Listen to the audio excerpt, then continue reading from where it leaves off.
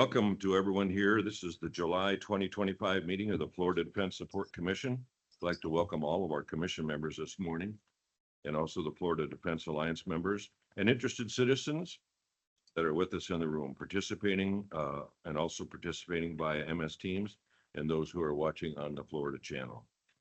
Then would you please call the roll of the members? Yes, sir. Mr. Bowman. General Deal. Here. Dr. Gonzalez. General Haas. Here. General Haddad. Here. General Horst. Representative Maney. Mr. Neubauer. Here. Admiral Quinn. Here. General Hartzell. Here. Ms. Rasmussen. Mayor Scholl. Here. Representative Soroy. Secretary Sowell. Yeah, Tim, you've called out a bunch of names of commission members I can see on Teams, but I haven't heard their voices, so we may have an audio connection issue right there with them at the moment. Okay, can you confirm before I finish reading? You had mentioned that Mr. Bowman. Can you tell me who was online that I just wasn't able to respond to? Bowman, Haddad, Scholl, and Sowell, and Maney. Okay, thank you. Mr. Valentine. Here. He's also out there. Okay, and Senator Wright. Here. All right, sir. Although we can't hear them at the moment, we do have a quorum. Thank you very much. Hey, Tim, I thought you could hear me. This is General Haddad.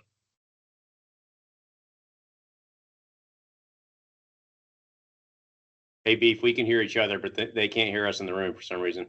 Yeah, interesting. Hi, Reeves. How you doing? There we go. Oh, great. Significance of the date, Ray does a great job of bringing up some significant items that were on or near this date. Both yesterday and tomorrow are anniversaries of a couple of major anniversaries in the world history centered on Florida. On July 16th, 1969, the eyes of the world were focused on Florida Space Coast. At 9:32 a.m. in the morning, Apollo 11 lifted off from the Kennedy Space Center, carrying astronauts Neil Armstrong, Buzz Aldrin, and Michael Collins to the moon. Sounds like Jackie Gleason, to the moon. 4 days later, Armstrong and Aldrin would become the first two humans to walk on another celestial body. That mission, of course, launched from Cape Canaveral with lots of support from Florida-based military units before, during, and after that mission.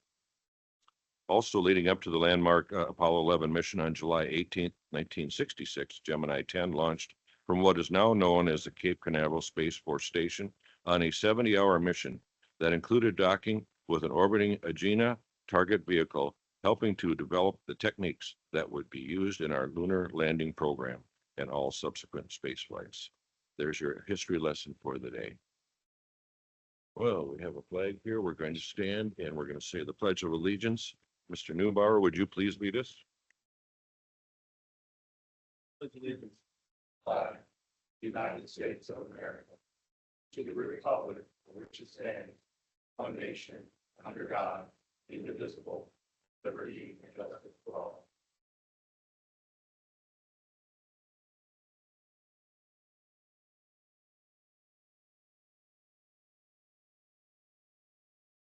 Little housekeeping here. Today's meeting, which is open to the public, will continue until approximately noon today, Eastern Time. Besides allowing comment from those present in the room, we will read into the record previously submitted public comments at the conclusion of today's meeting.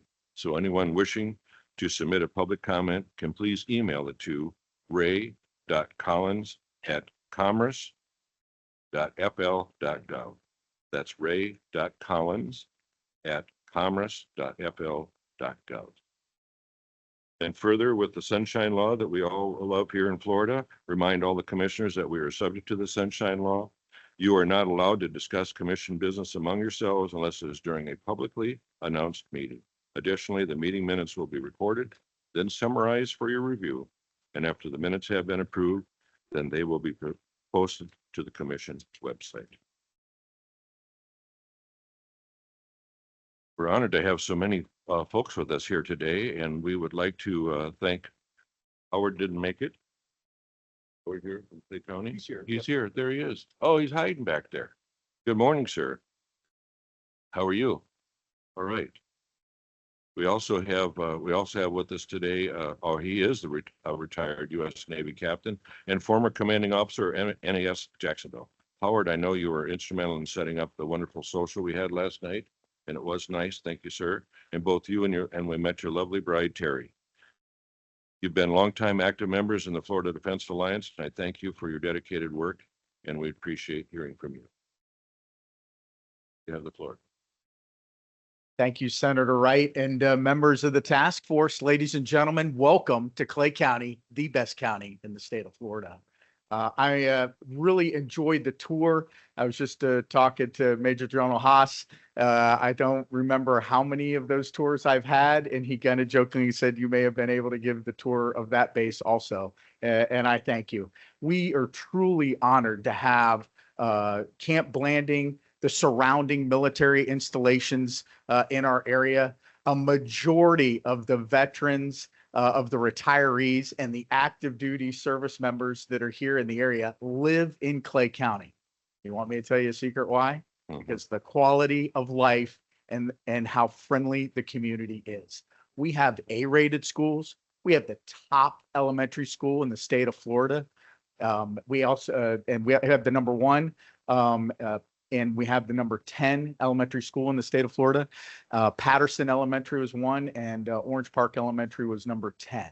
Our focus on family, of outdoors, our trails, you name it. Our low taxes from Tax Watch were ranked 47th out of 67 counties in the burden of tax on board our community. I have been the county manager for the past 6 years. The growth within county has been substantial, especially in the central part of the county. When I started, we were about 210,000 people. We're now at 235,000 residents and growing here in Clay County. Our support to the military is second to none. Across the board, we're going to get our 4th VSO to support our local members that have retired and veterans that are out there to receive their deserved benefits. I took the liberty, and it's kind of interesting, and whether it's a coincidence or not, we'll just say a coincidence, that the tourism committee is meeting out in the foyer here. Teddy Meyer, our new tourism director, put these packages together for you that each one of you have. I just took the liberty of not to kill you by PowerPoint, but to give you a swag bag. And most importantly, I have our latest annual report, 2024 annual report. Those that love the numbers, that live by those numbers. This is my litmus to the Board of County Commissioners, my 5 bosses that are out there. I would like to take the liberty to recognize one of them who's here in the audience today. Those are my 5. I'm one of 3 that are appointed by them. Commissioner Jim Reniger is here, and he is the commissioner in this area in the town of Orange Park. I could go through a lot of the stats that are in there, but most importantly, to kind of hyper focus on our mission economically and to support our military.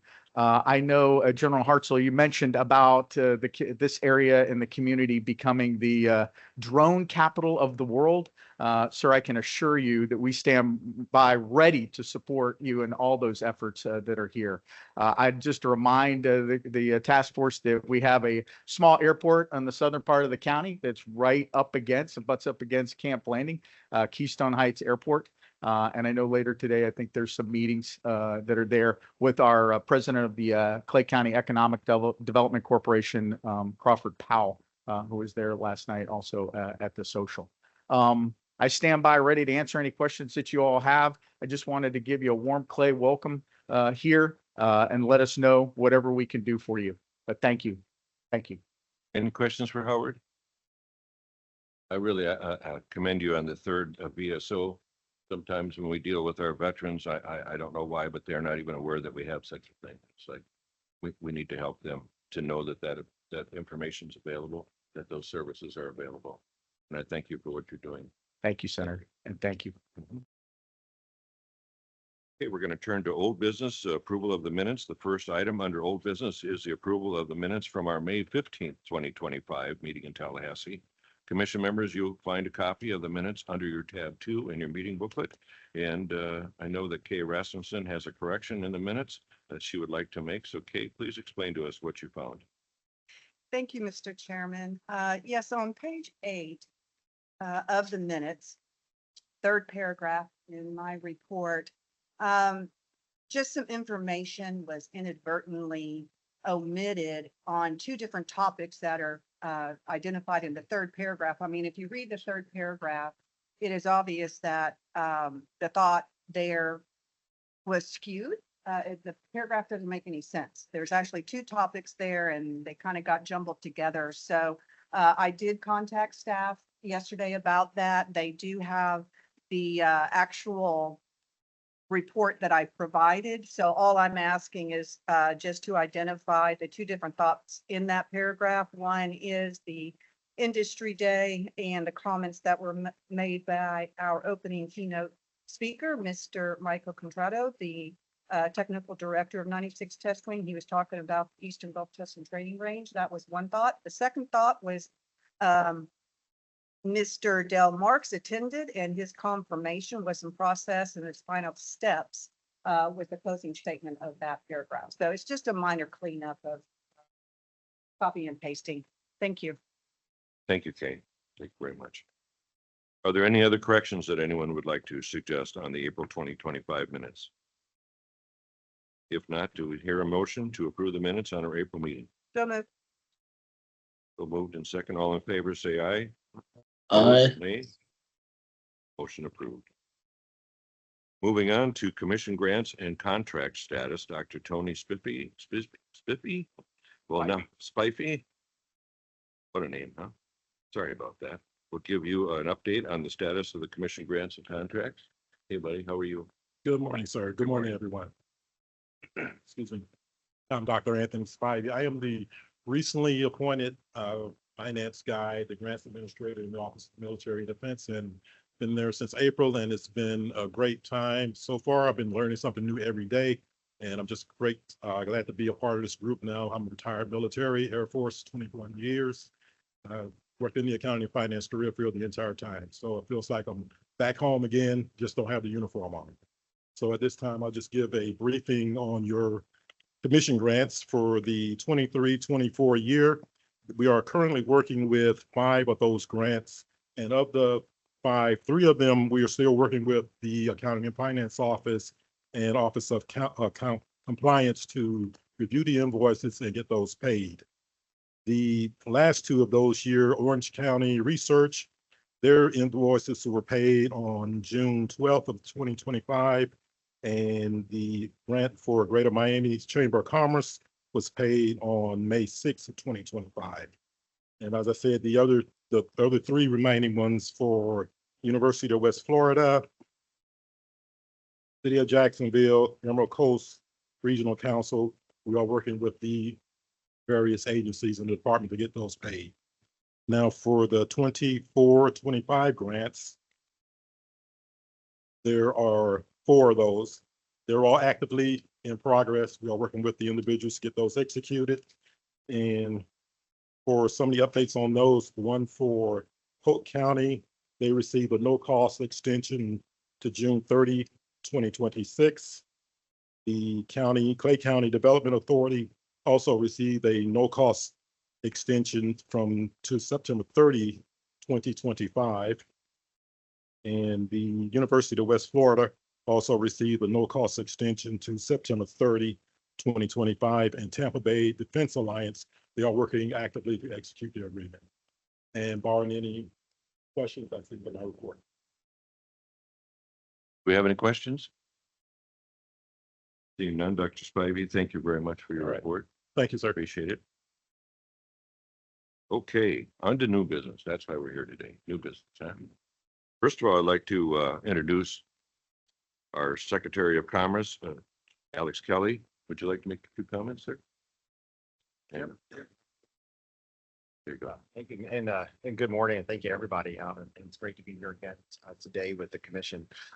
It's been a busy time, I think, since we all last met in terms of military defense related activities from a number of perspectives.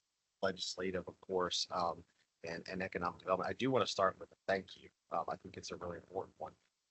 This legislative session went over time. There were some really, really important issues hanging in the balance. I'll remember one in particular, Chairman Wright, that you, Representative Maney, the governor, other key members, Senator Jay Collins, who's not here with us today, but was a stalwart, helping stay vigilant for. One in particular, I want to say, and I'm quite close to quoting you, but I'll at least paraphrase regarding the law enforcement recruitment bonuses. Chairman, you were quite clear when that was the funding, ended up at 20 million, which is what we had asked for, but it wasn't the thick of the legislative session and the extension of that. And at some point, I mean, pretty close to hell or high water, we're going to get there.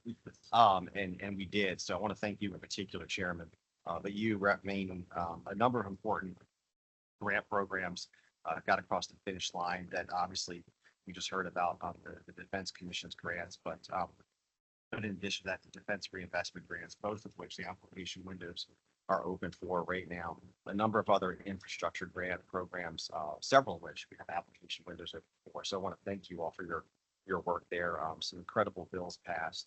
I don't want to steal anyone else's thunder. I know, General next to me, Department of Veterans Affairs team did an amazing job with some important legislation. He had a good year. He had an unbelievably good year. Yeah, unbelievably good year. Yeah, and I know too, your aerospace innovation bill, Chairman, was very, very important. The governor actually, June actually highlighted that at the Paris Air Show. The governor went with us to the Paris Air Show. We got to meet with a number of key companies that work with many of the individuals in this room and really keep our nation safe and provide great income opportunities for Floridians. Lockheed Martin, Northrop Grumman. Got a little echo. See Ray working on that. Okay. But Lockheed Martin, Northrop Grumman, Boeing, Leonardo Helicopters, a number of companies that the governor got to spend time with while we were over at the Paris Air Show. You want me to wait or? Ray might have it. For the Marines in the room, it's good to hear you twice. Okay? You know. Thank you, General. But really important industries because so much of that work overlaps with our military related communities. In addition to that, we got to spend time after the governor had left us. We got to spend time in Germany and the UK, and defense related connections between Florida companies and overseas companies was a constant theme. We're seeing a lot of the world start to align with where Florida is at in terms of military and defense, not just being a core value of who we are, but also being a core value of the jobs that we create in the state. Back in May, Senator Collins and myself got to present at the Florida Economic Development Council. We have with us Paul Soul from the Florida High Tech Corridor Council, Space Florida, some other partners. And the crux of that was that we were presenting to about 300 local economic development partners around the state, specifically on the topic of military and defense related economic development and how, again, critical both for defending our nation, but also for the incredible job opportunities it creates. We got to announce some great military and defense related wins in terms of projects landed in the last few months. In Wakulla County, the governor personally announced Point Blank Enterprises, which is a body armor manufacturer that manufactures body armor for both our military and law enforcement. Great to see one of our rural communities get that win. In Okaloosa County, Williams International announced their $1 billion capital investment. They make gas turbine engines for both commercial and military purposes for aviation. We got to go to the BAE Systems groundbreaking in Jacksonville.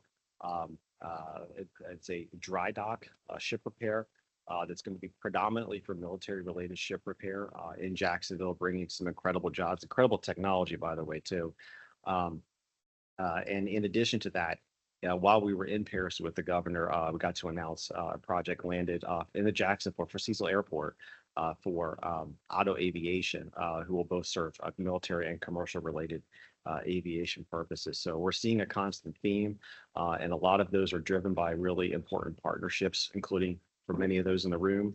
In addition to that, one I think really important legislative item, just to come back to the legislative world real quickly, and this doesn't sound like it might be military related on the surface, but it is.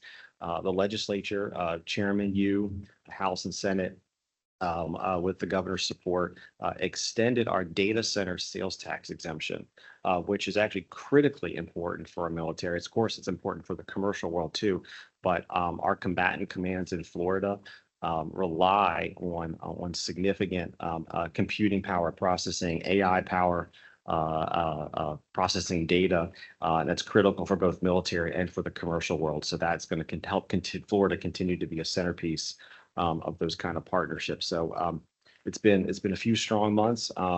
It required a lot of work, but we had a lot of great teammates, Chairman, Representative Maney, and of course with the governor's leadership and a number of other partners in the House and Senate. So we really appreciate the support, and just thank you. Pleasure. You know, we do. We have Senator Jay Collins. We have Captain, I think he's still a captain, isn't he? Danny Burgess, who's also a senator. Major. Now he's a major. Yes, sir. Man, if he hears this, he's going to be on me. That's fine. Baby, I introduced him as a corporal one time. That didn't go over very good. Whoops. But just to piggyback, sir, on what you're talking about, the state of Florida has really focused. I'm in my 7th year as a senator, and I can see that in those 7 years, we're really focused on STEM and CTE training. And that's so very important for all these industries that we're trying to bring, into Florida. And so the state of Florida is working very aggressively to try and bring those high paying jobs into the state. I know in my particular area, being in Volusia, Brevard County, because of all of the reasons people come there, the world's greatest beach, we have a lot of service industry employees, and those aren't necessarily your high paying jobs. So the more that we can do with Embry-Riddle and Daytona State and those schools that are in our area, they're really very important. Jason, you want to say anything while you're here, Deputy Secretary? You like what he said? Just say ditto? Okay. Well, we're glad that you're here too. Thank you for being here. Okay. So where should we move on to now? Right here. We're going to ask the commission members to give us a short update on issues or significant events from their local installations and defense communities. Also, if there is any need from your local defense community that is something on which this commission can take action, please highlight it during your report. As a reminder to all commission members, if you use any handwritten or written talking points or notes, please send a copy of those to Keisha to help with drafting the minutes of this meeting today. Tim, would you please call the roll on the commission members for their reports, starting with any members who may need to leave early? Thank you, Mr. Chair. As you all know, I do normally go alphabetically, and poor Mr. Valentine is normally towards the very tail end. But today he has another commitment following the meeting, so we'd like to call on him first. So, Mr. Valentine, the floor is yours. Thank you, Mr. Chair, and thank you, Tim. How do you hear me? Can you hear me? Okay, we can't hear you. Okay. And Reeves, I guess just us online can talk together, but they can't hear us. Yeah, I know. That's interesting. I can hear you clear. Yeah, I got you loud and clear. Yeah. Yep. Understood. Hey, Ray, do you hear us in the room? Just nobody else? Yeah, we hear you. We got you now. We hear you. Okay. How would you like me to proceed, Ray, given the Yep. room can't hear me? Go ahead, sir. You're loud and clear. We have you. Okay, thank you. Sorry about that delay there. So I do have some updates from Central Florida. So good morning all, and sorry that I'm not there in person, but happy to join you virtually. The first update is coming from UCF. Actually have a couple updates there. The first is that UCF partners with Patrick Space Force Base to enhance military education opportunities. So really fantastic stuff that UCF's doing here in Central Florida. They signed a memorandum of understanding with Patrick Space Force Base, establishing a partnership aimed at expanding educational opportunities for active duty military members. So just right down the swim lane of what we're here for in this Support Commission. So that's active duty military members, National Guardsmen, and Department of Defense civilians. And then it allows UCF to provide tailored academic programs, on-site registration, and comprehensive support services, creating accessible pathways to higher education and professional growth for the military community. And by establishing this full-time presence at the base, UCF's going to enhance their career readiness and advancement prospects for military personnel and civilians, contributing to the overall strength and resilience of Florida defense community. So appreciate all Tubby Schwedo and the UCF is doing. Speaking of UCF, I don't know if a lot of you know this, but Lockheed Martin's chief operating officer was a CWEP participant, and CWEP stands for College Work Experience Program. And during the Paris Air Show last month, Lockheed Martin and UCF announced that we're expanding that investment in the CWEP program. That's provided work experiences for over 10,000 students since 1981, and it's led to a lot of students earning full-time jobs with the company. And like I mentioned, Frank St. John, our chief operating officer, is an example of that. The partnership is going to significantly grow research in key areas such as autonomous systems, artificial intelligence, hypersonic technologies, leveraging UCF's world-class facility and Lockheed Martin's expertise. It's also going to develop a new executive education program tailored to the evolving workforce needs. Both organizations will pursue joint funding to strengthen UCF's role in cutting-edge research and development. So, like I said, a lot of good things coming from the University of Central Florida. Moving on to the National Center for Simulation. They recently attended the 15th annual Capitol Hill Modeling and Sim Expo in DC for demonstrations and discussions highlighting the potential for modeling and sim technologies to enhance national security. They set up dozens of meetings with the Florida delegation and the Modeling and Sim Congressional Caucus, exploring key issues, potential consolidation of simulation training, or consolidation of PEO STRI, which I talked about in past. And through engaging lawmakers and industrial leaders at the expo, really helps raise awareness of the importance of modeling and sim, supporting the national safety and security, and obviously benefiting Florida's defense industry and military community. So appreciate all the National Center for Simulation continues to do. And then lastly, an update from Ashley Sneed and the Naval Support Activities of Orlando. So we've talked before about the Office of Local Defense Community Cooperation, OLDCC, Military Installation Readiness Review. It's nearing a completion, so that's good. They're finally getting towards the end, and it's being considered for adoption in the August East Central Florida Planning Council meeting.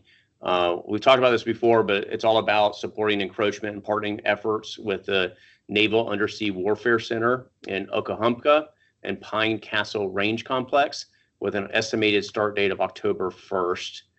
The adoption of these MIRRs will bring all military installations in Florida under this OLDCC community upgrade program, enhancing the state's ability to support military readiness, promote community partnerships, and balance encroachment management with regional growth and support. Lastly, the secretary talked about a lot going on through legislation.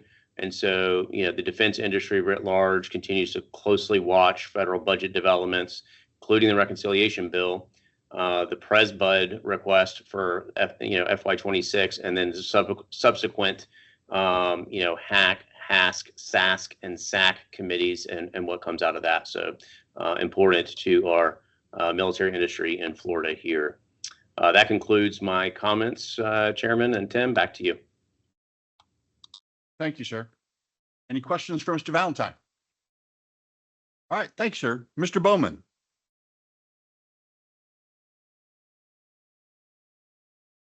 Yeah, Tim, I misspoke earlier when I said he's there. He isn't. Okay, thanks.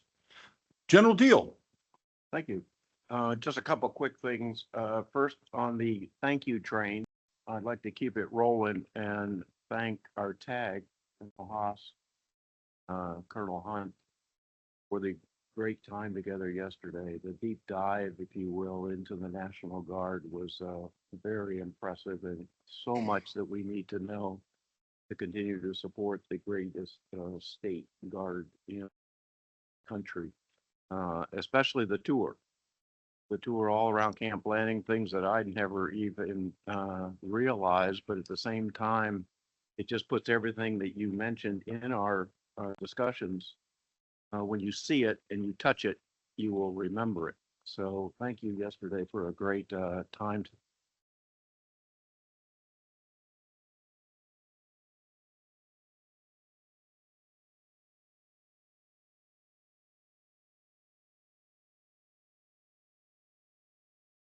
We can't hear you.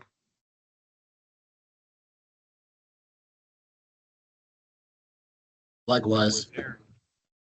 Not just with the social, operator error, green lights. But anyways, I just want to thank you all for it. So it was a great evening, great insights, and one that we in the commission need to take to heart. The only thing from Tampa that I wanted to say, because everything down there is rolling very well, is also is we're going to have a change of command for the U.S. Central Command, which are always big. If you can get to Tampa and see one, I always like to bring people to see a change of command at that level of a combatant commander. But General Kurilla is turning it over to an Admiral Cooper. So we have the Navy inbound on 8 August. That's it. Thank you very much. Thank you, General. I did notice as a former C-130 pilot, you said green light. So I was expecting to see some folks bailing out of the room. General Haas, and we can ignore the green light comment for you, sir. Thank you. Well, good morning, and thank you, Mr. Chairman. Appreciate the opportunity to provide a brief update on your Florida National Guard. But first, again, I'd like to thank the committee for spending time with our team at Camp Landing. We truly enjoy the opportunity to show off Camp Landing and the great things that happen out there, and really to demonstrate the strategic importance of Camp Landing as a major mobilization platform, as it has been for a long time and always will be part of the national defense strategy, as well as the operational aspects in supporting both the training and manning of our soldiers in support of both our federal and state missions. So thank you for that. I know our team enjoys it, and we hope you have an appreciation for all the great things that happen out there. With regards to our federal mission, we currently are at about 487 soldiers and airmen deployed, with projection of about 2,100 throughout the rest of the year. Again, operating as mentioned yesterday, and the CENTCOM, the EUCOM, NORTHCOM, and INDOPACOM AORs. So again, very relevant force structure, doing great things and supporting our federal mission. On the state side, we currently have about 167 guardsmen working on state active duty. That's a significant reduction in our numbers. As you know, we just ended our support for the Department of Corrections, which was about 400 guardsmen working in about 12 facilities across the state, doing great work there. And that ended. We absolutely had a great experience working with DOC and those folks. In fact, about 40 or 50 of our guardsmen actually took up the vocation and became correctional officers. So a great partnership. Also, with regards to our Operation Vigilant Sentry and down in the Keys, that mission we've been doing for about 2 years. We continue that mission with about 57 personnel and 4 aircraft supporting border security with our partners there. Again, we don't see that mission stopping anytime soon. We have about 46 guardsmen conducting ground transportation, a fairly new mission for us, supporting ICE, moving detainees across the state of Florida to relieve some pressure, decompress some of the jails, and getting those folks where they need to be for processing. We also have 64 guardsmen working for FDM, providing security for some ICE facilities based on current events and some of the threats for those facilities. So we have guardsmen providing security for our federal folks within the state of Florida. We have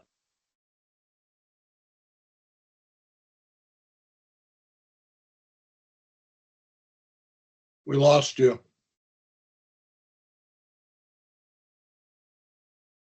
about 200 guardsmen will likely come on duty in the next 30 days, supporting ICE in a host of different roles, including transportation, administrative support, and some security work. So we look forward to providing support there. And again, a lot of these folks are the individuals that came off the DOC mission, so they've been trained and with these skill sets, and look forward to being operationalized. Of note, we have last time I mentioned committee meeting, we have about 5,200 guardsmen currently deployed. They'll be conducting an exercise at Fort Irwin, California. In California, it's a 28-day exercise. The main body left yesterday. We're very excited about that training. It's really a once in every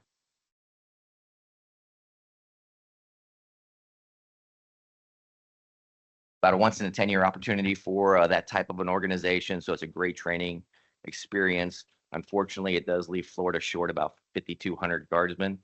We've coordinated with states within our region to make sure that we can fill that capacity in the event that there's a requirement here in the state. So Mississippi, Alabama, and Georgia, we've coordinated for them to assist Florida if needed in a timely manner. Also, our first of the 265th. There we go. Just completed a year deployment to the National Capital Region, where they protected the skies over the National Capital Region, doing a great job. They just completed it. They're currently at Fort Bliss, Texas, completing demob operations, and we'll be happy to have them back in the state on the 1st of August to backfill some of the requirements that the infantry brigade will be out of pocket. Also mentioned last time that we had the honor of hosting the Adjutant General Association of the United States here in Florida. First time in, I think it's 100 years in St. Augustine. We had 47 of 54 adjutant generals, the Chief of National Guard Bureau, the Director of the Army Guard, and the Director of the Air Guard come spend about 3 days in St. Augustine, and we were truly happy to host them in the 1st Militia and the oldest quarters in the nation. And it was a great opportunity. And the governor joined us for dinner, and it was truly an outstanding event. We're excited about having a ceremony to recognize that we have our F-35s, at least 4 of them, on the flight strip in Jacksonville. So that'll be happening, I think, in December. We should have that'll end up being 20 ships in total once completely built out. So great news for Jacksonville and great news for the Florida National Guard. With regards to MilCon, I think you saw some of the slides yesterday, but I just want to give a brief update on where we're at with MilCon. A lot of great new construction in Florida, about 90% based on the great work from our state governor. But Camp Landing, as you saw yesterday, that Readiness Center, all state funded. We expect a ribbon cutting on that in about 6 months. That's 6 months ahead of schedule, and will provide great capacity for training there at Camp Landing. Panama City, probably within the next 6 months, a ribbon cutting there. That's a 3-unit armory that will give capacity out in the Panhandle. Also, you mentioned Senator Burgess in his hometown, and Zephyr Hills. We did groundbreaking there, so that construction is underway, and then Immokalee. So those are 3 great new, completely state-funded armories, and will serve the Florida National Guard well. One thing to update the team, we've talked a lot about the Space Force and where the National Guard will land with the Space Force mission. We received news earlier this week that our 114th out of Patrick will transfer that mission in October. So there will now be a National Guard Space Force, as we've been trying to look into that mission set. It's not going to happen, but we have been promised a backfill. And there at Patrick, we'll have a mission. We don't know what that mission will be, but there will not be a Space Force for the National Guard. And subject to any questions, that's it from the Florida National Guard. General Haas, I just want everyone to realize how much you do for this state.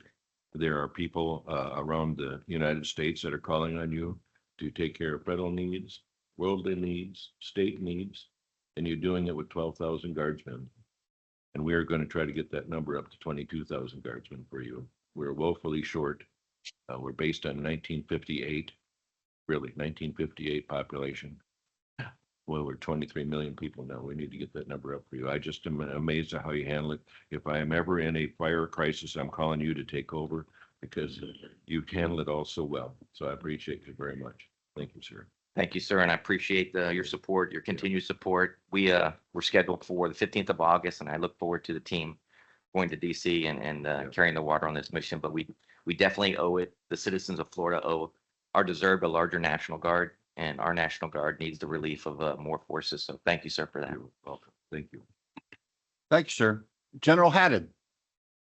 Good morning, Mr. Chairman. First of all, I'd like to say I'm sorry that I'm not there with you and didn't get the opportunity to hang out at Blanding. And General Haddad, how do you hear? I got you loud and clear. Loud and clear, sir. We got you. I said I'd like to thank Mr. Chairman for allowing me the opportunity to speak this morning, and I'm sorry that I didn't get the opportunity to spend time with you at on that great tour you had of the National Guard. One comment with regard to John's report. The F-35s are not ships, they're aircraft. So for the Navy guys, you might have liked that, but I prefer that they be called aircraft. So thanks. I've got a few remarks, starting off with AFSOC. I started my career in the reserve in 1988 at Duke Field in the 711 Special Operations Squadron. And during that period of time, we flew gunships, A-model gunships, and then we transitioned to the MC-130 Talon 1s. And then they've recently flown the C-145s. Well, now they're going through another mission change. And as John can allude to, the Reserve and Guard prefer to have a continuity of operations. So having all these changes is really not good for a citizen airman type construct. But the fact of the matter is we're pretty excited about the new change for the 711 Special Operations Squadron. It began a new era of combat readiness during a change of command and mission conversion ceremony at Hurlburt Field on July 11, 2025. The 919 Special Operations Reservists have a long history of being highly trained and ready to execute the mission when called upon. This legacy of service makes the 919 Special Operations Wing the perfect complement to AFSOC's formidable mission sets. They're moving to Hurlburt and they will be flying the AC-130J gunships. So pretty exciting news there. Also, with regard to AFSOC, members of the 492nd Special Operations Wing welcomed their new commander during a change of command ceremony held at Hurlburt on June 18th. Lieutenant General Mike Conley, the commander of Air Force Special Operations Command, presided over the ceremony as Colonel Zach Bloom assumed command from Colonel Patrick Winzak. Moving on to SOCOM. SOCOM is modernizing its aviation fleet by focusing on autonomy and open architecture for aircraft and drones. SOCOM is also experiencing budget constraints, leading to a reduction in planned purchases of the OA-1 armed Overwatch aircraft from a number of 75, they're going down to 62. And lastly, SOCOM is actively exploring the use of AI for both operational and administrative tasks. Avon Park, I don't have a report this time. I'll have a more thorough one at our next meeting, but subject to your questions, Mr. Chairman, that's all I have for today. Thank you, General. Representative Maney.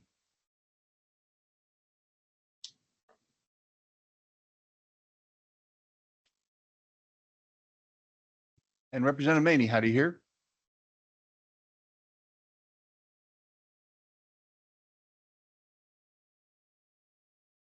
Okay, I will come back to Mr. Neubauer. Thank you, Tim. I'd just first like to echo the comments, General Deal. Thank you so much, General Haas and Colonel Hunt for the great briefing yesterday and the tour of the base. A lot going on there. You got a great team. Thank you very much. Just want to mention to you that the first squadron of jets at Tyndall Air Force Base is already deployed. They're at Eielson Air Force Base as we speak at the red flag exercise. And the second squadron, the 43rd, will be stood up very soon, and we'll start getting a couple jets per month for the next 12 to 14 months. So that's going pretty well. Also want to mention that Tyndall leadership is very excited about hosting the next base commander meeting And we'll let Tim talk a little bit more about that. That's coming up soon, and it's something it'll be nice to see resumed again. One of the things I'd like to mention is the fact that the Executive Order 15154, which is 14154, which is the lease sale numbers 262 in the Gulf of Mexico, is something we should keep an eye on. Most of those leases will be in the western and central part of the Gulf. We're very concerned about the eastern part, east of the emission line. And it looks like there's, some movement into that area. And we're watching that very closely because it looks like the planning is for additional range sales, perhaps into the eastern part of the Gulf. And we'll just have to keep our CODEL informed and watch that very, very closely.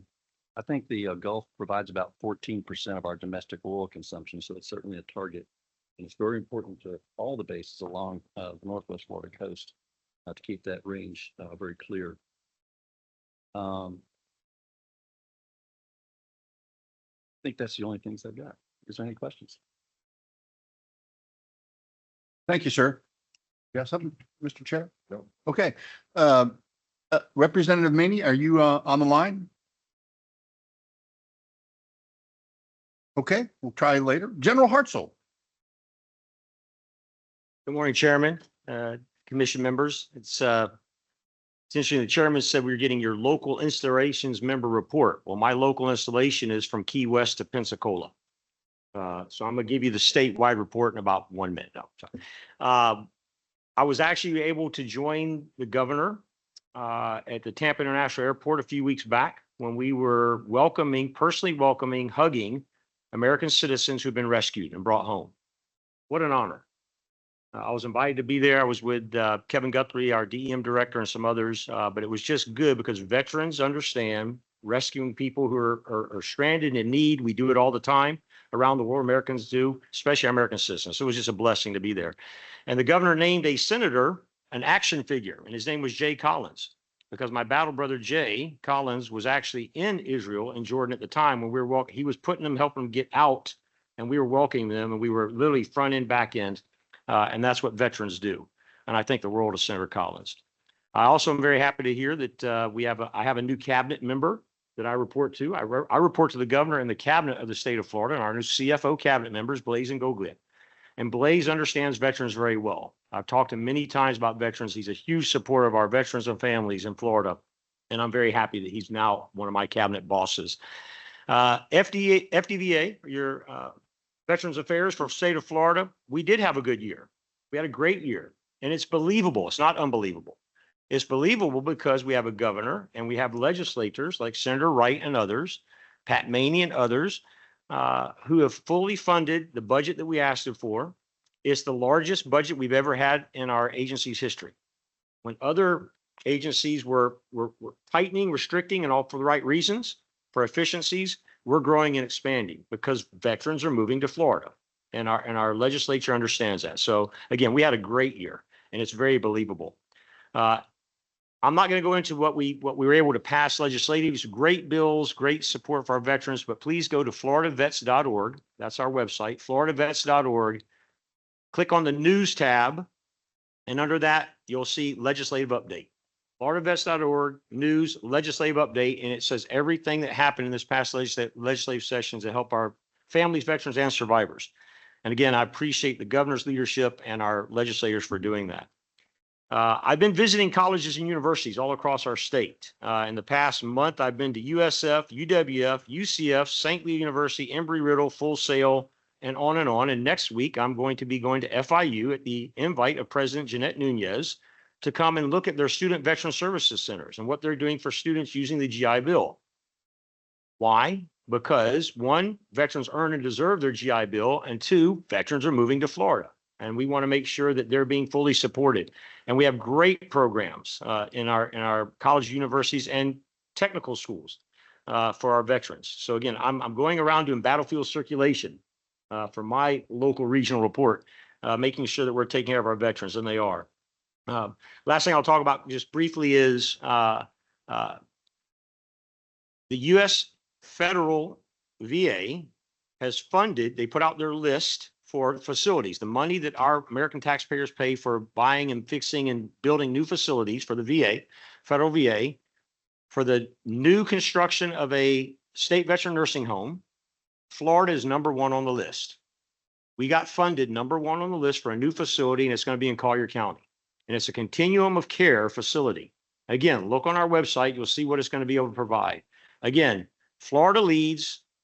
We lead in veterans, and the federal government recognizes that. So I'm very proud of the fact that we're number one on the list. You don't want to be number two when they're cutting money.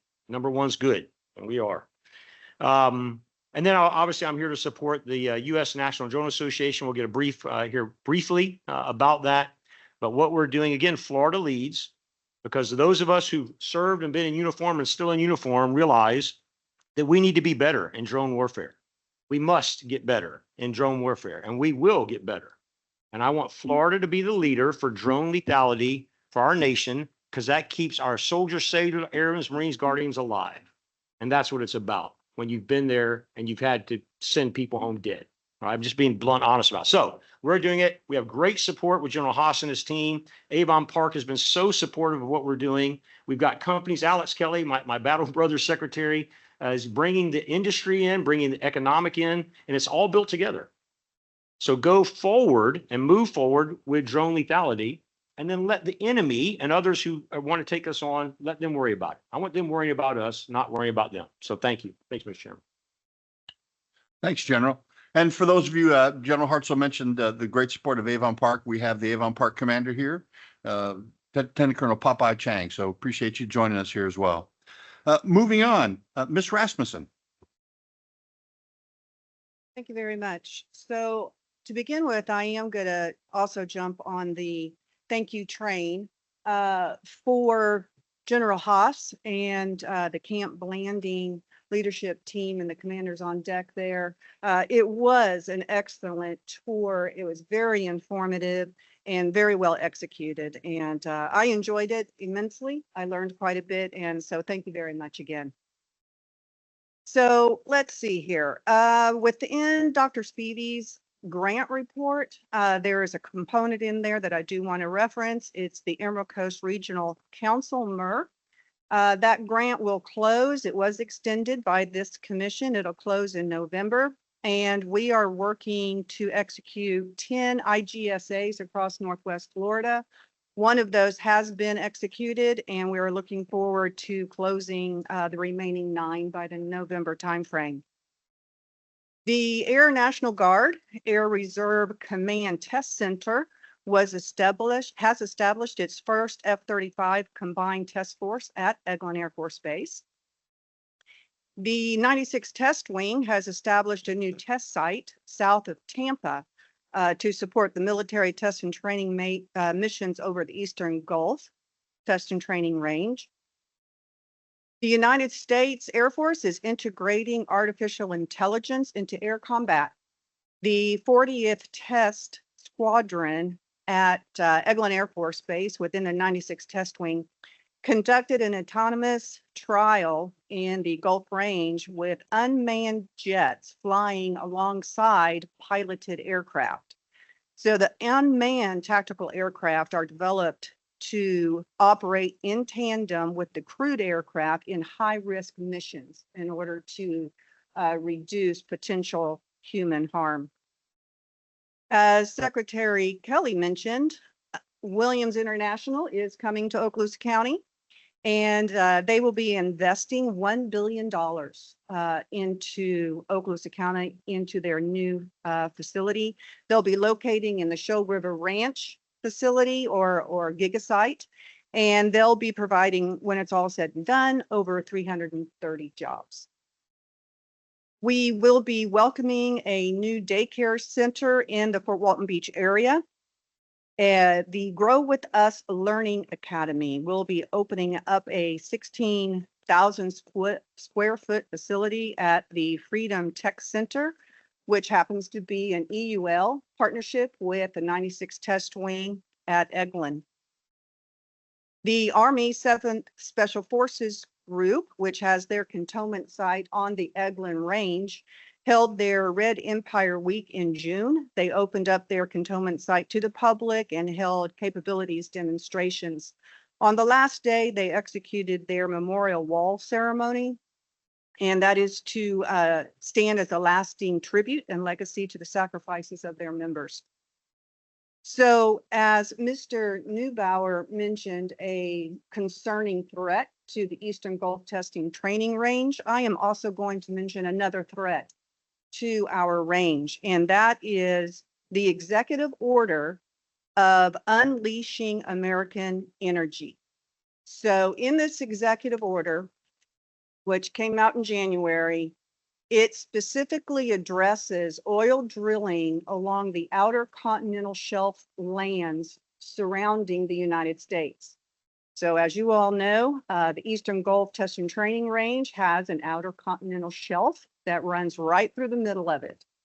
So the threat and the concern is that the Eastern Gulf will be included in this Unleashing American Energy executive order.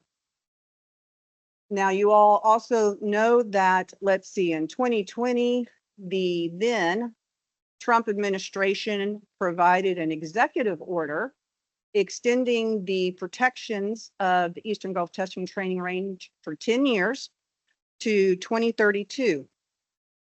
President Biden, before he left office in January, also utilized the Outer Continental Shelf Lands Act, Section 12A, to extend that the protections of the Eastern Gulf Testing Training Range indefinitely. So there's been action that should secure the Eastern Range. However, you never know, and I don't think we should take it lightly. So in addition, just FYI, this Unleashing American Energy executive order, the part that targets the outer continental shelf lands, that also would impact the Atlantic range right off the coast of Jacksonville. So that's also a concern. The Defense Support Initiatives Committee in Okaloosa County, Northwest Florida, has a very strong synergistic partnership with Oceana. Oceana, as you all know, is the world's largest advocate for protecting the waters of the earth. And there was a contingency that went up to Washington, D.C. last week, led by Oceana. And there were individuals from across the United States that had concern about outer continental shelf lands outside their coast on their respective states. But we had two members go up from the Okaloosa County area, both of which are DSI members.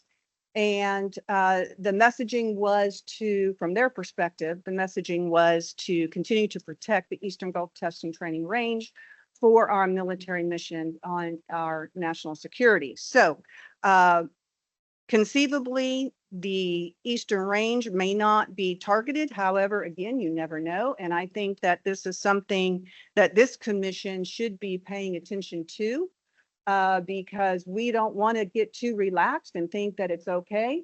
And then the next thing you know, there's leasings out there in the Eastern Gulf. And now we've lost it, because once it's there, you can't get rid of it. So I would encourage this commission that we look at that and take action as necessary. So in closing, I do want to thank Secretary Kelly and this commission for your unwavering support and continued support of working with leadership in the Okaloosa County area, specifically for transportation, traffic, congestion threats to the military missions there. So progress is being made because of continual dialogue and commitment to help our military installations. And so we're going to keep the heat on. And I just want to thank the Secretary for his continued support of that. And I look forward to working with whomever to continue to move that forward. So with that, I'll close. Thank you. Thank you, Ms. Rasmussen.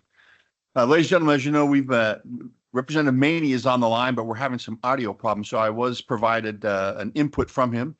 Representative Maney reports, after successfully hosting the base commander to multiple meetings in Tallahassee, I was contacted by the commanding general of Eglin to host his staff and him to Tallahassee during the October committee weeks. We'll set meetings with key House and Senate leaders, as well as the governor and various executive leadership. So thank you, Representative Maney. Also understand that Admiral Quinn has joined us. Admiral Quinn, how do you read?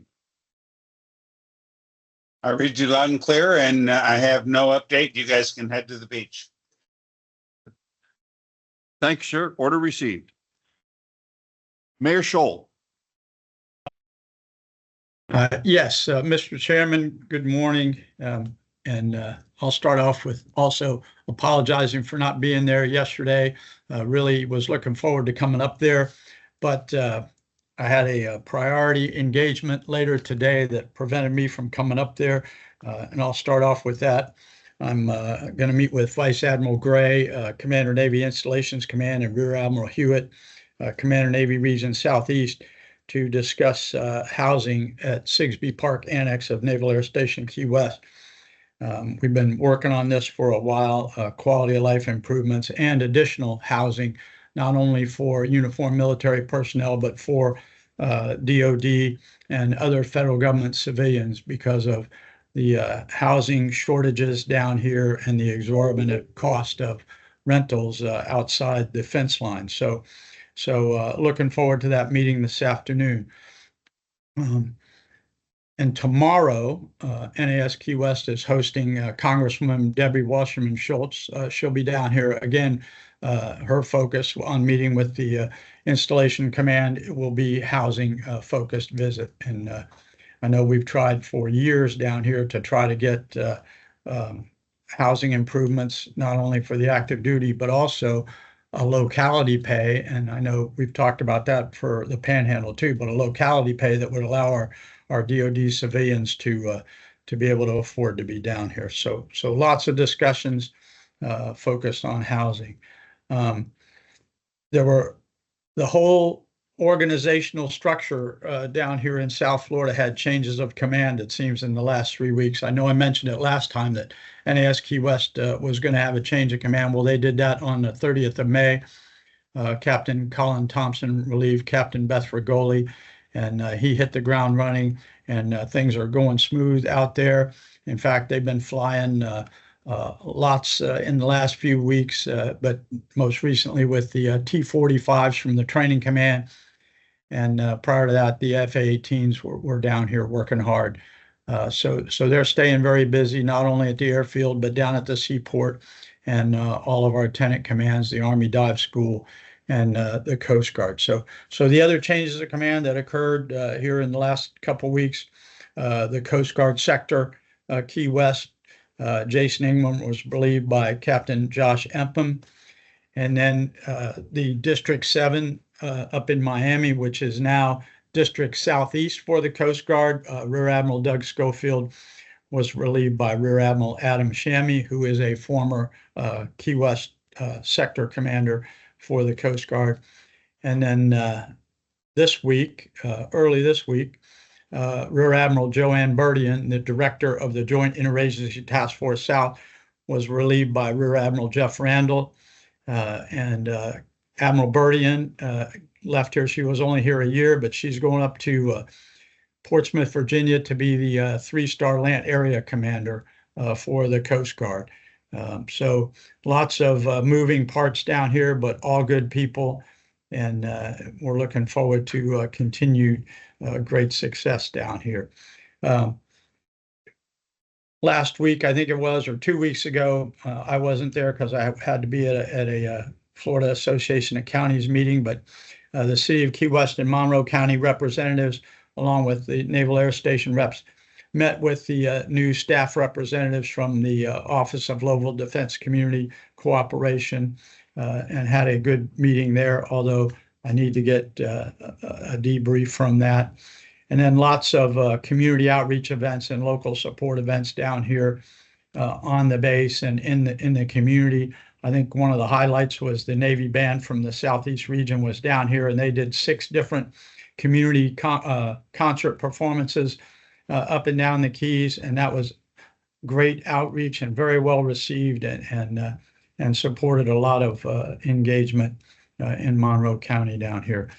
A lot of other, again, hosted events for our own internal folks on base, but Task Force Dagger had an annual Dagger Dive event, they call it down here. They work with the Underwater Operations School out here and have competitive events and opportunity to support the Task Force Dagger folks also.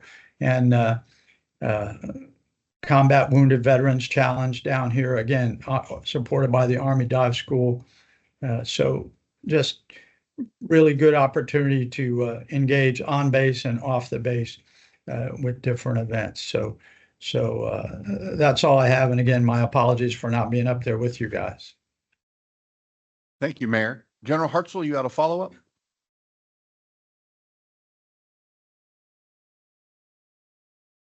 They want to go green. I just talk louder. I did have a quick follow-up. One, for the ground pounders, good Navy guy talking about being relieved of command. That is not what we like. We like being replaced, not relieved. Okay, so you Navy guys relieving each other. Wow.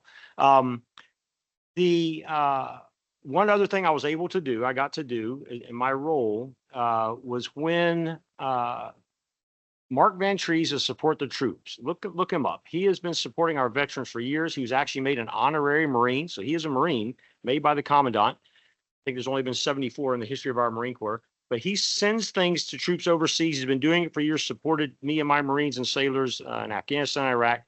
And he heard what was going on down in South Florida with the ICE facility that's going in the middle of the Everglades. And he wanted to help the people who are working there because many of them are veterans. So he put together a panel truck full of 9,000 pounds of things to give to people who are working hard in the heat, all kinds of supplies. And I helped him. I drove the truck down there and we delivered it there. Again, supporting the people who were working there under orders. I saw General Haas's people there, guarding, getting us in and out. But we have Floridians who want to do the right thing because they're veterans and they love veterans. And no matter what's going on in the political atmosphere, veterans support veterans who are working. And so it was just an honor for me to be able to do that. I just wanted to share that on behalf of Mark Van Trees. Thank you, General. Secretary Sowell.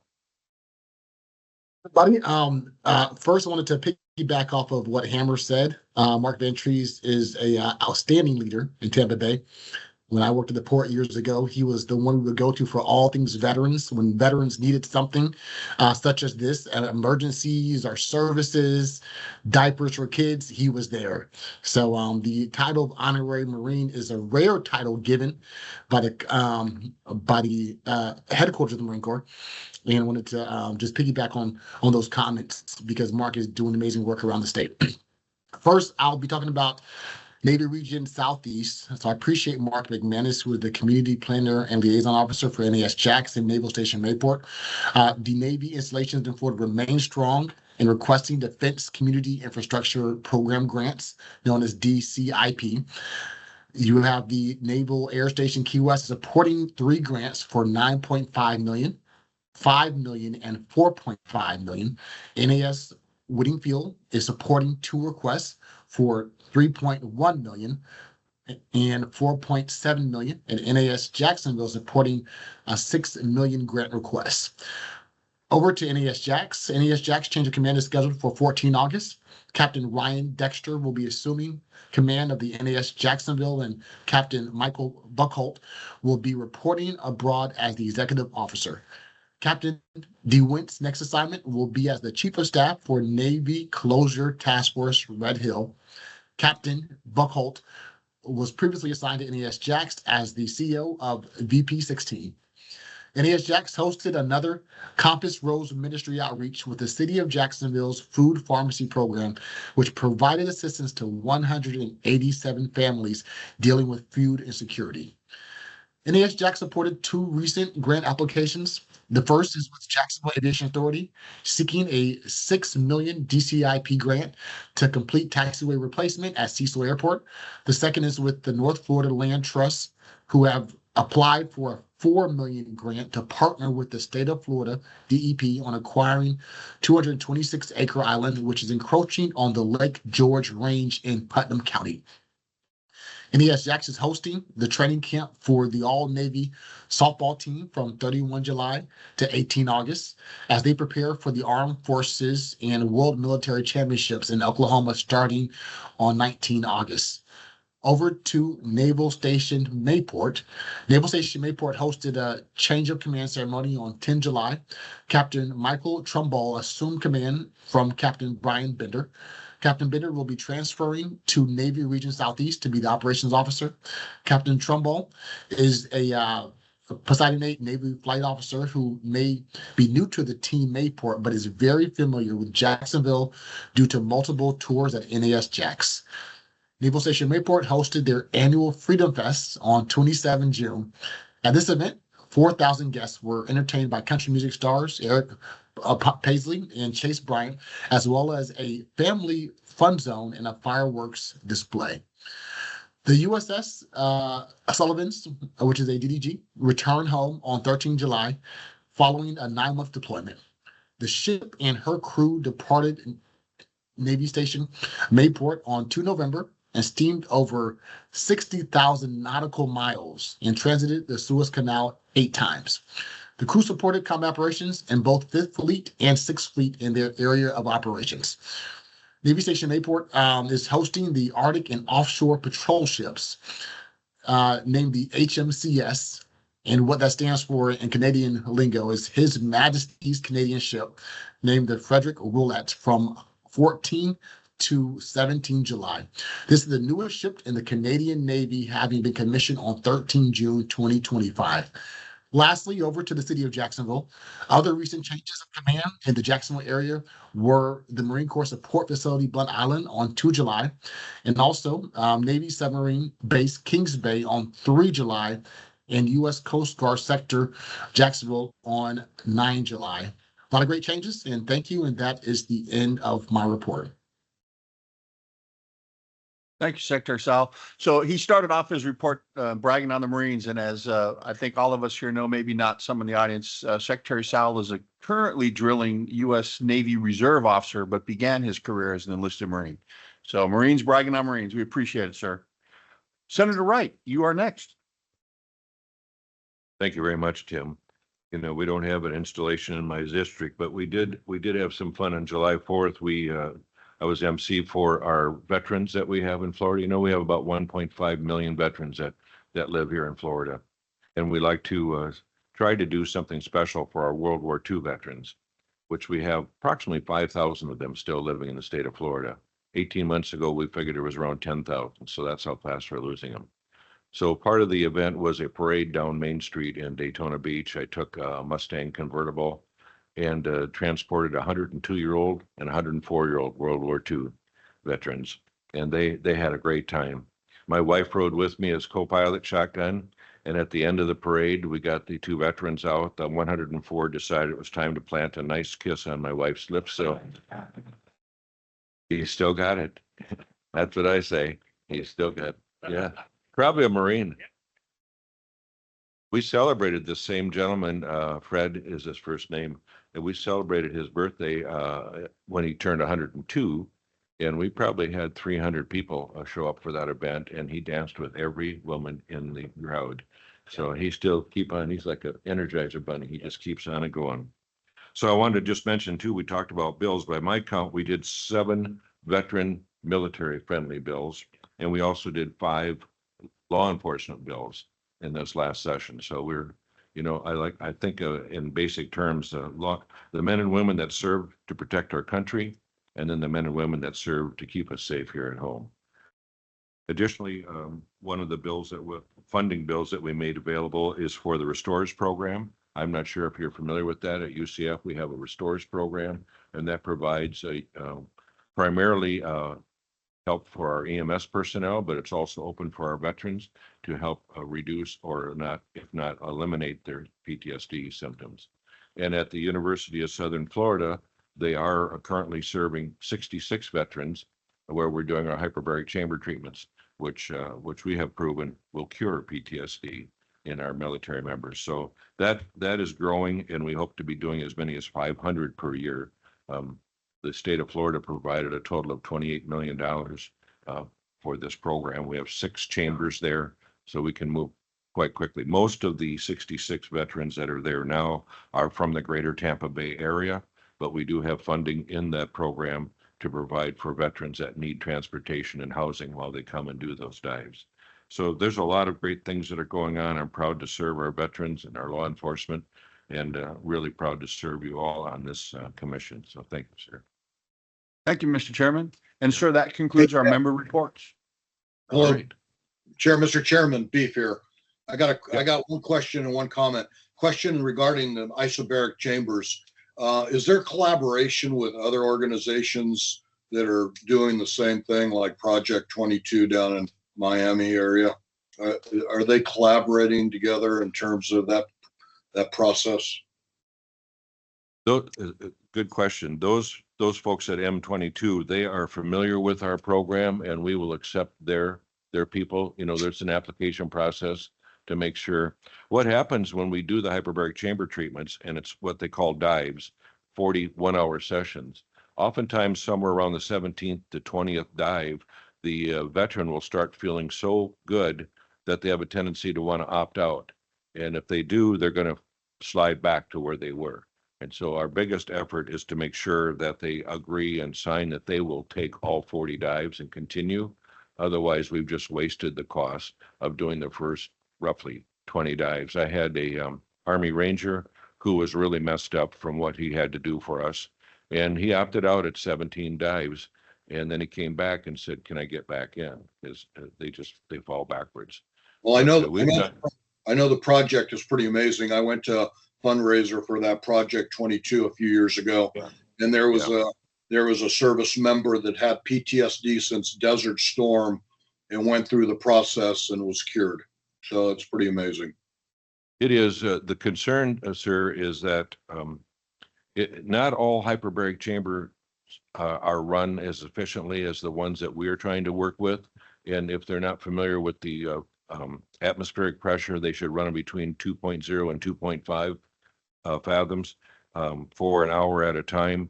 And we've had a couple of failures where they just think, hyperbaric's hyperbaric. And no, you need to have someone that understands what that individual is going through and what you're trying to do for them. And in a nutshell, we're basically under pressure, we're saturating an individual in 100% oxygen, which forces our bodies to produce stem cells. And that's really what's doing the amazing work. Is those stem cells. Yep. Thank you very much for bringing that up. Yes, sir. Hartzell?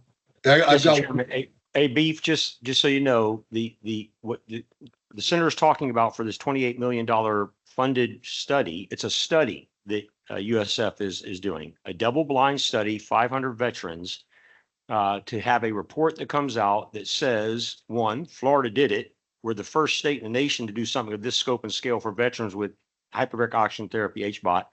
And yes, in Florida, we are very familiar with Project 22 and other chambers across that are helping veterans. We've worked with many of them.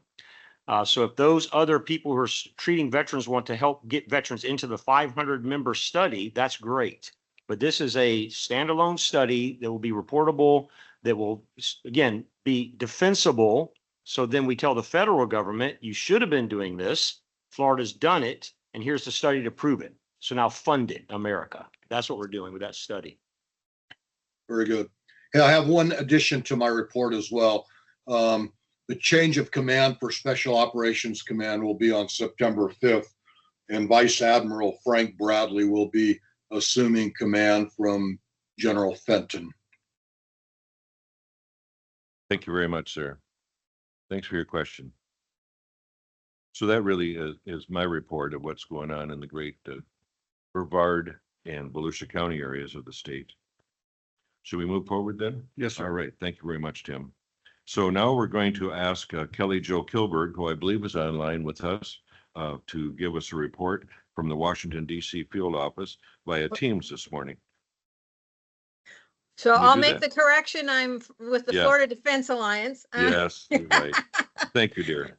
Yeah, sir. Thank you. And again, I so wanted to be there with you all yesterday, but I had another appointment that came up that I couldn't miss. So my report will be short today, and I know you're all going to be excited about that. Since I usually go a little bit longer, but we are preparing for our September 12th virtual meeting for the Florida Defense Alliance, and those that like to attend our in-person meeting, that will be November 19th at the Space Coast, followed by your meeting the next day. I'm going to just talk a little bit about legislation because in September I'll give you a more in-depth look at where the Florida Defense Alliance is looking to go. But this past year, we had 3 licensure compacts that went before the legislature, and none of them made it out. And just in comparison, there are currently 17 licensure compacts for our military spouses, and Florida only has 6 of the 17 compacts. So we are, from a 50 state perspective, we are in the 25 to 49 percentile of compacts that we honor and have. So this legislative session, we are looking forward to bringing forward about 6 to 7 of the compacts. And because they're all in the health related area, we're hoping we can put that all into one bill. One area and just one other area on the family readiness side, and only because school will be starting soon, advanced enrollment for military children. There are some challenges. There's a conflict between the state legislation for advanced enrollment and the language in the rules for Purple Star schools. We hope that we can work that out with the Department of Education by updating the rules for Purple Star schools. And what has happened is in Purple Star schools, they give allowances for veterans kids for some of that early enrollment, and that's knocking out the active military kids for those slots. So we're going to work on some language to update that. In addition, Miami-Dade only does paper enrollment. So for active duty members, that means they must fly into Miami-Dade in order to participate in advanced enrollment. So we're hoping to find a solution for that. Another area just to think about, when Florida Forever doesn't get fully funded, that puts some of our military encroachment programs at a disadvantage because they use those funds to leverage against REPI funds, the federal funds. So again, as we move forward into the next legislative session, we're hoping that we can increase Florida Forever funds so that those funds are there for our military installations to use for encroachment purposes. Some of the other mission assurance and growth areas, again, we didn't get a lot of our legislation through there for encroachment protection, so we'll be coming back for some more specific areas there. But just from a standpoint of looking forward, future thinking, and I know this group has talked about this several times about having a session to do much more visionary work, strategic thinking work on where Florida can be. I think when you look at Florida, we are so far ahead of other areas. What I see happening is that we are beginning to work in silos. So we have Cyber Florida, we have Space Florida, we've got the Florida Defense Support Commission, you got your state university system, your state college system, the Florida Aviation and Aerospace Alliance, the Florida Research Alliance, Modeling and Simulation. So we have all these groups doing things. And I think when you really start looking at where the Florida Defense Support Commission can really have impact here is bringing together these groups and having really that forward-thinking strategy session on where Florida can have dominance. Particularly when it comes to aerospace and cyber future thinking. We have a lot of great programs out there, and how do we utilize and collaborate and bring that all together to move forward in a succinct method and really have dominance in this. And I think Florida has all the pieces for that. And I know that we've had those discussions before, but just want to bring that forward. And I know Kathleen Ferguson will be giving you the update on the strategic plan, which is much more about individual installations. But if we can start looking at this again as the Florida military complex and much more holistic on how do we bring all this together. I think we can leverage state funding against federal funding and really look at where does Florida go in the future, not only for the state of Florida and job creation, because this is economic development, but also how we fit into the national security strategy. So I just want to bring that forward. And I thank you for your time. Thank you very much. Thank you, Kelly Jo. Okay, so Catherine Ann Russo is unable to be with us today, so Tim is going to give us an update from the Washington DC field office. Thank you, Mr. Chair. Members, Catherine Ann provided us a great rundown of a lot of things she's been working on. I will not read all of her notes. I will highlight a couple things. We will provide you a copy of those. I'll send you after the meeting, and then we'll include the full text in the minutes that we publish. But a few things from Washington, D.C. On July the 11th, the Senate Armed Services Committee voted 26-1 to advance the National Defense Authorization Act for fiscal 26. The bill now heads to the Senate floor for consideration. Some FY 2026 defense funding levels. The NDAA supports a total of $925 billion in fiscal 26 funding for national defense. And that includes $879 billion for Department of Defense, $35 billion for Department of Energy. Other defense-related activities outside the NDAA jurisdiction, just shy of $11 billion. So total defense top line is $924.7 billion. We also got a press release that she's highlighting from Senator Scott, who, of course, has a history here in the state and is currently a member of the Senate Armed Services Committee. Some of his points include securing over $950 million for military construction projects throughout Florida, including the land acquisition and building of a child development center at Eglin Air Force Base to increase access to childcare for military families in the Panhandle. A force-wide pay raise of 3.8% for military members. And banning the DoD from purchasing computers and printers made by companies based in Communist China, a U.S. adversary. From the House, Catherine Ann reports on July 15th, the House Armed Services Committee, or the HASC, passed its version of the NDA out of committee by a vote of 55-2. The bill will now be considered by the full House alongside the Senate, which will consider their version of the bill later this week. And then lastly, two more things on reconciliation. On July 3rd, 2025, Congress passed a 2025 reconciliation legislation, which President Trump signed into law on July 4th. The product summarizes funding provisions totaling $156 billion for fiscal 2025 defense purposes in Title II of the legislation. And that is all I'll highlight. Again, I will send you the full text of her report in a separate attachment after our meeting concludes in the next couple of days. Thank you, Mr. Chair. Thank you very much, Tim, for taking care of that for us. All right, moving on. Now that Governor DeSantis has signed the FY 2025-2026 budget, we need to approve the commission's budget for this year. The staff has developed a draft budget, which you will find in your meeting book tab 4. Ray will now summarize the main aspects of that budget, and we can discuss it before I call for a vote. A reminder that us legislators and ex officio members may render our opinions, but we may not vote on this particular budget. So Ray, you have the floor, sir. Good morning, commission members. I believe you've probably seen before that the legislature voted for and then the governor signed $2 million this year for the commission budget, as is fairly common. One of the things that you will note on it, and this is a little difficult to read up here, but there's the $2 million. And then the staff believes you should probably put the majority of this into the funds for the grant program. That being because, you probably, you have seen, I'm sure, that the DIG did not get any funds this year.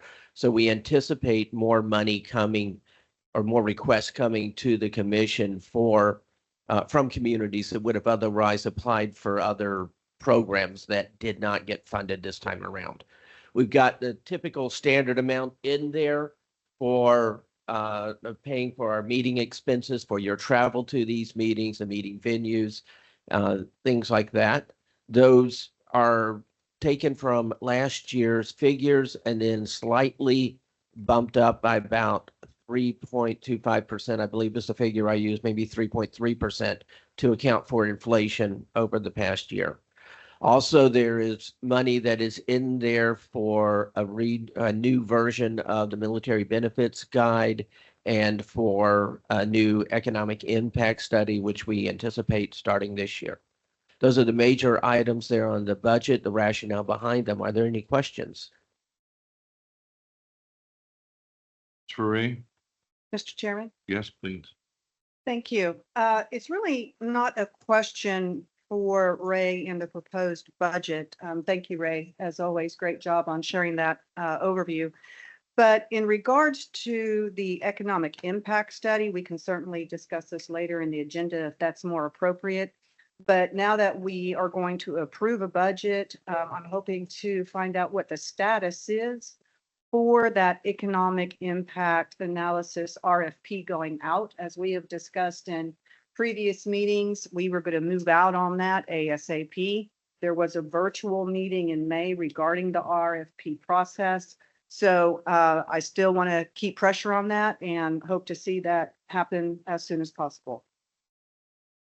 Ms. Rasmussen, we are continuing to prepare the RFP and we'll let you know when it's complete. Any other questions, comments? Ray, thank you for taking care of this. So moving forward, is there any discussion that we'd like to consider on the proposed budget? No? Do I hear a motion to approve the draft budget? Mr. Chairman, so moved. Second? Is there a second? Second. Second. Okay. Phew, that was close. Okay. All in favor, say aye. Aye. Opposed, nay. Aye. All right. The motion's approved. Thank you very much. Thanks, sir. Okay, moving forward under the current version of Florida Statute 288.987, the statute that created this body and convened it into the direct support organization. The commission is required to conduct an annual audit. FY 2024, FY 2025 was the first year for which an audit is required. So we are just entering that period to conduct an audit. Tim, will you please describe how that process will work? Yeah, thank you, Mr. Chair. Ladies and gentlemen, again, as a result of creation of the DSO, we are now required to produce an audit. The audit is due 9 months after the completion of the fiscal year. So that for us will be produced no later than March of next year. So I've been working with a couple of the agencies within the Department of Commerce. We are including a portion in an RFP for the Defense Support Commission to be included. We have worked, the department has worked in the past with a couple of different companies that provide audit services. So we are attaching just an RFP for the commission. The anticipated cost will be in the neighborhood of $25,000 to $30,000. We're still waiting for full proposals from the folks that have responded to the RFP. So we anticipate it'll cost in the neighborhood of $25,000 to $30,000. I have also learned fairly recently that we are required to produce an IRS Form 990, which is a product produced for nonprofits. Historically, other agencies within Commerce and other agencies I've worked with in the past, if there is a company that does an audit, they will traditionally do the 990 as well. So we are working with our folks that have put together the RFP for the audit to add an addendum to also produce a 990. The total projected cost, and again, this is just an estimate for both the audit and the 990 will be somewhere inside of $50,000. So I'm still awaiting a final proposal. We have not, beyond what Ray had included in the budget there for the audit, we did not, the news about the 990 broke after we prepared this. Interestingly enough, the audit itself is not due until March of next year. The 990, we are required to submit with a report no later from the commission to the department no later than August the 1st. But it's not going to happen with just because we're not even going to get the audit for another couple of months. So we will be a little bit behind in the 990, but it will get done. So I don't have any handouts or anything for you on those, but that's some of the new administrative requirements now that the commission is a 501c3 and as DSO. So 2 new products that we have to do beginning this year. That's all, sir. Thank you very much, Tim. Being a multiple business owner, there's always surprises that you have to do. One of the companies has changed, we've changed our management plan, so they moved to a different bank, and now the bank wants to know what day and time I was born, how much I weighed. I mean, it's just ridiculous, all the things they ask for, but anyhow, here we are today. So thank you very much for that report. The commission strategic plan gets regular updates, and the Roosevelt Group has a draft that is ready for our review. So Kathy Ferguson is here to update us and also to talk about policy changes being implemented in Washington, D.C. With the new administration in effect, what is the plan? Commission members, you will find a copy of her slides on tab 5 in the meeting books. And Ms. Ferguson, you have the floor. I think so. Oh, is it green? Yeah.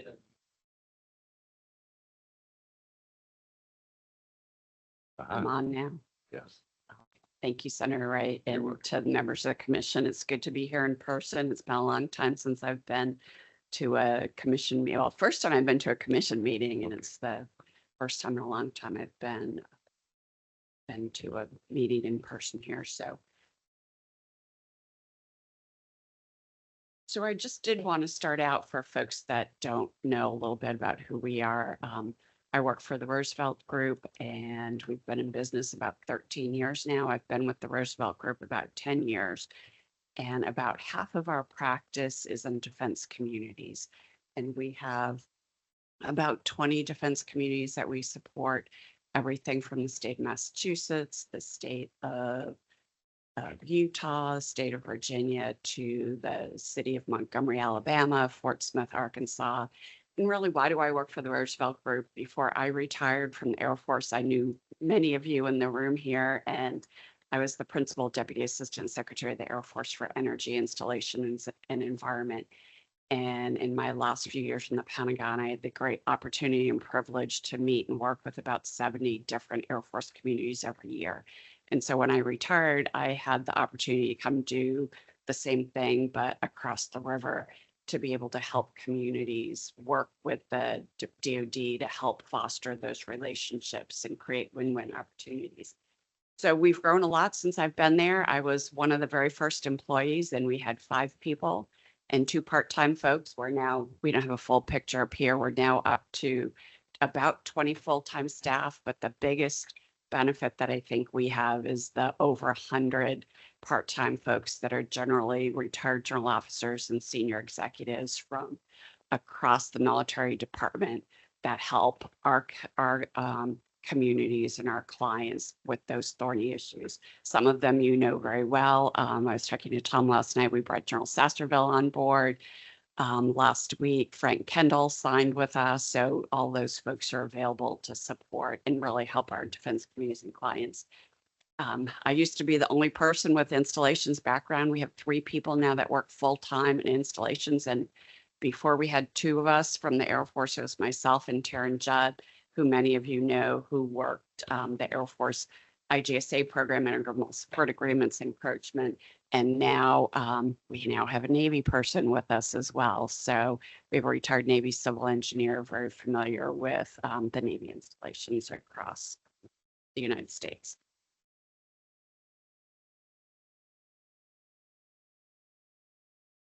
Maybe you can go to the next slide. Apparently you don't know her here. So quick background on the strategic plan. As all of you know, this has been a very, very long.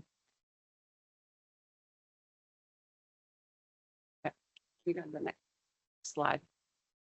Booker's not moving it. Okay, thank you. This has been a long journey to get here on the strategic plan. We were actually hired a little over 2 years ago by EFI. And of course, shortly after we were hired, EFI went away. And it was originally going to be for 24-29. And really the purpose was to take a look at what had been done before, look at it through the current lenses of what was going on in the Department of Defense, what was going on the Hill, and update the plan to present day. 2 years ago, We spent an entire summer going to each one of the military installations. And you all know it's warm in Florida in the summertime. We planned that very, very badly.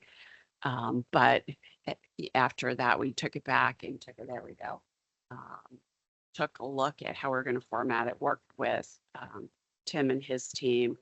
And so what I'm going to show you on the next slide, and hopefully all of you have seen the draft and have seen and have been able to provide comments on it thus far. Next slide. Okay, so here we go. So I have a copy here. Hopefully everybody has seen this and looked at it. So included in here, I'm just going to go through the structure very quickly, the letter from the governor, an overall introduction. What's the strategic context? And what I would tell you, the version that you have today in strategic context is being rewritten. We wrote this during the Biden administration. And as everyone knows, there's a new administration in town. There's new policies that are in place. There's new updates. So we are reworking the front end of that. One other thing I should have mentioned too, and I missed it up front, is we didn't do this on our own. It was not just a Roosevelt Group product. We were supported by Matthew Schwab and Able Operations, and they're really the analytical team and the support that helped work this.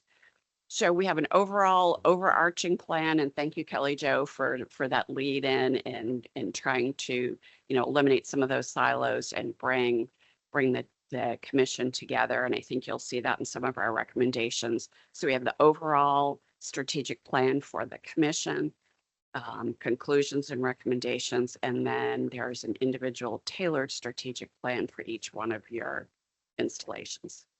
Next slide. And I'm not going to go through this in great detail. Really, just the format mission, of course, comes right from the mission of the Florida Defense Support Commission.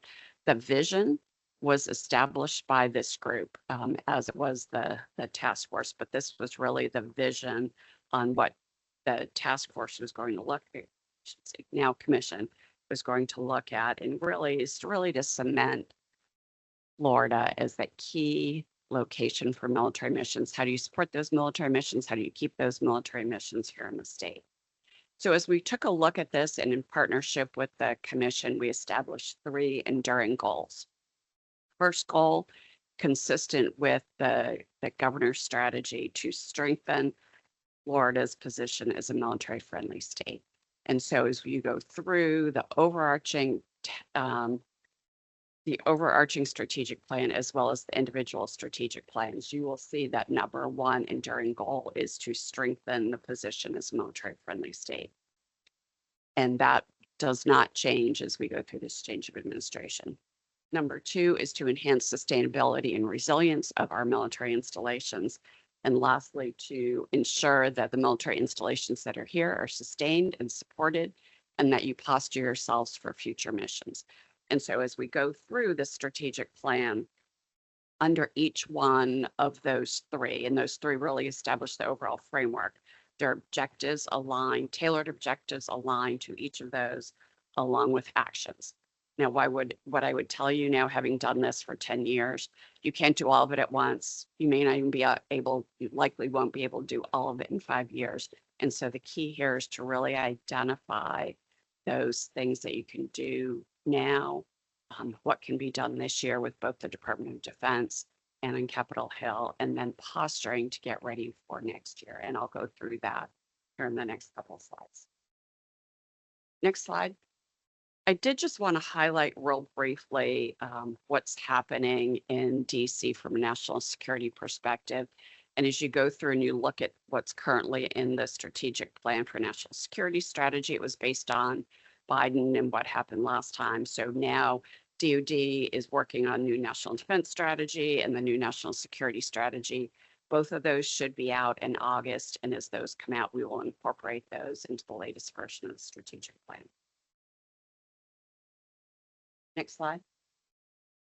So as I mentioned, we work with a lot of communities and states across the United States. And I don't remember who mentioned it here earlier, but Texas is always held up as a great example, and you have little pockets where it's a great example. But Florida has such unique capabilities And you have a huge military industrial base here, and you've got the commission. And I think many of you are already doing a lot of these things. And I think, as Kelly Jo pointed out, how do you bring all that strength together and bring that to Capitol Hill and bring that to DoD so that Florida is known as a state like Texas or better than Texas? You know, how do we put Florida on the map to do that?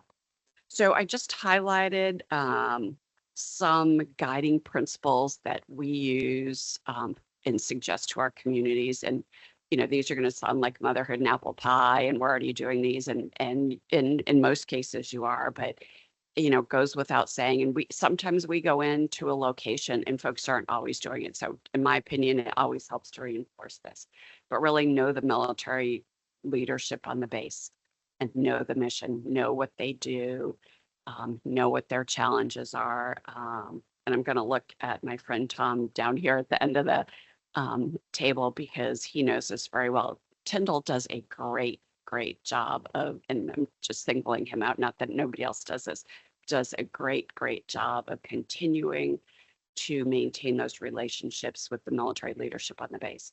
But what I would also say is every time you have a new military leader, you've got to recultivate that. And not all military leaders feel comfortable, just I'm going to say it like that, feel comfortable having that type of relationship with the community. So do whatever you can to reinforce, build those relationships with the senior civilians that are on the base. So the senior civilians can be able to tell those new commanders, hey, it's okay to talk to the Tom Neubauers and others to talk to them about your challenges. I am a huge proponent of maintaining visibility on what's going on in DC, even though you may be at Eglin Air Force Base and thinking, oh, we're far away. There's things that are happening in DC every single day, and Air Force Ministerial Command and in the Department of Army that impacts what's going on in Eglin Air Force Base and others right now. And I'll give you just one, and this isn't a minor example, but as the Air Force, and I'll focus on the Air Force right now, as the Air Force is looking at how they transform, how they relook at acquisition, and also how they reduce the number of 4-stars in the inventory and the number of general officers overall. There are impacts, potential impacts to individual installations, but also to the leadership above those at the major command. So it's very important to stay tuned to that and understand what the implications of those are. So battle rhythm wise, certainly when you're out there, you meet with the installations all the time, but I also suggest having a more formal session in the fall of every year to get ready for the next congressional cycle. You meet with the installation commanders, ask what their challenges are, and then you build the strategy for the next year. So now in the fall, we're going to start working 27. And then to start working, what are those legislative proposals? And it's not enough just to tell Congressman X, hey, we need this. Helping their staffs get to X and getting that paperwork done is critical.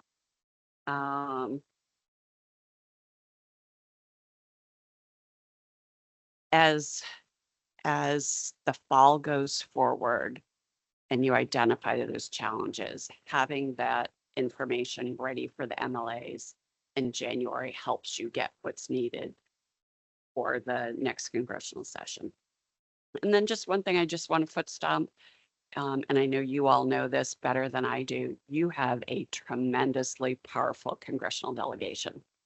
I mean, I haven't done a detailed comparison, but the only one you're really missing now is when Senator Rubio left, you don't have anybody on Senate Probes anymore, but you have Senator Scott on Senate Armed Services Committee. You have 2 members on House Armed Services Committee. It sounds likely that you may get a 3rd member back on the House Armed Services Committee, but you have 1, 2, 3, 4, 5 on House Appropriations. Unheard of that a state has that many folks on appropriations. So you're in a position to really be able to leverage that. So, so I guess my bottom line is continue to do what you do. Paying attention to what's going on in DC. And then on the next slide up here, I will also talk about, next slide, the importance of going to DC to make sure your voices are heard, to make sure that the leadership in the Pentagon understands the issues, understand the leadership. And having sat there for many years, hearing from communities, I didn't get out to see every community and to every installation, but hearing from all of you to hear what the issues are helps inform them when they're making decisions and creating policy. So, and I know I'm talking here probably a little bit fast, but so some of the overall recommendations, and Kelly Jo, as I mentioned, already hit some of these. This commission has an opportunity to really bring all that together as one. Now, certainly each community and each installation, my recommendation is still continue to do what you're doing. You know, the folks at Eglin Hurlburt can continue to advocate for Eglin Hurlburt issues, Tampa Bay for Tampa Bay McDill issues. But there's great benefit, in my opinion, of coming together as a state and identifying those key issues that are important to every community, every defense community in the state, to bring it to the entire Florida delegation to have them work on your behalf. Just as an outsider's observation is, you know, we talked a lot about the military mission line, and I don't pay as much attention to it now as I did a few years ago, but you know, a few years ago, there was multiple members in the state of Florida that put together initiatives on the military mission line, but they were all different and they weren't all for the same reason. And so that may not have been the only reason it didn't go forward, but by having the entire congressional delegation come together on an issue and sit around the table and say, I'll take this one, I'm going to work it, is very, very powerful. I do this with other states. We don't have to do it. You all can do it. But bringing together the military legislative liaisons and sitting them in a room and saying, these are our issues, these are our needs, and having them, and it doesn't happen in a year, it may not happen in 2 years, but having them build that camaraderie and that common goal and objective to support the military in the state of Florida is hugely powerful. And I'm looking at the tag here because he knows exactly what I'm talking about. And the tags are always very, very engaged in this effort and moving forward. DC fly-ins, I cannot overemphasize the benefits of DC fly-ins. I know many of you come to the Association of Defense Community meetings. Those are great. And you have the opportunity to meet with the Department of Air Force and Department of Navy leadership while at ADC. But also having a group both at the local level and at the Florida Defense Support Commission level to go into the Pentagon and to talk to leaders cannot be understated. And I know I'm going to footstep that again and again and again. And it doesn't have to be this big kabuki dance. It doesn't need to be a big dog and pony show. I have taken in 3 people. I've taken in 1 person, but it's getting to those key members, whether it's in the installations community, whether it's in Manpower and Reserve Affairs. And normally, you don't just go in and see one individual in the Pentagon, you go and see all the offices that your community is impacting, whether it's the Office of Naval Research, whether it is acquisition, whether it's Manpower and Reserve Affairs. It's identifying those organizations, taking a group in and doing it. There is benefit.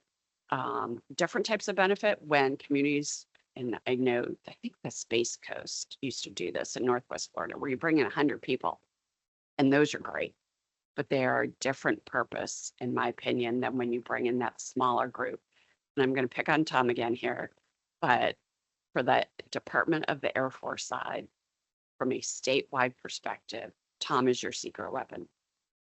And I have a few community clients who are on the Air Force Civic Leader program with Tom, and the Air Force Civic Leaders get access that other communities do not. If you are an Air Force Civic Leader and you go in to the Pentagon and ask for a meeting with the Chief and Secretary or the Chief or Secretary of the Air Force, and they're available, you're going to get it. And so having that access and having that ability to go in and speak at the highest level of the concerns on the state perspective, or I just can't overstate that. And then certainly balancing that out and coordinating with folks on Capitol Hill as well. So, what else did I want to get here?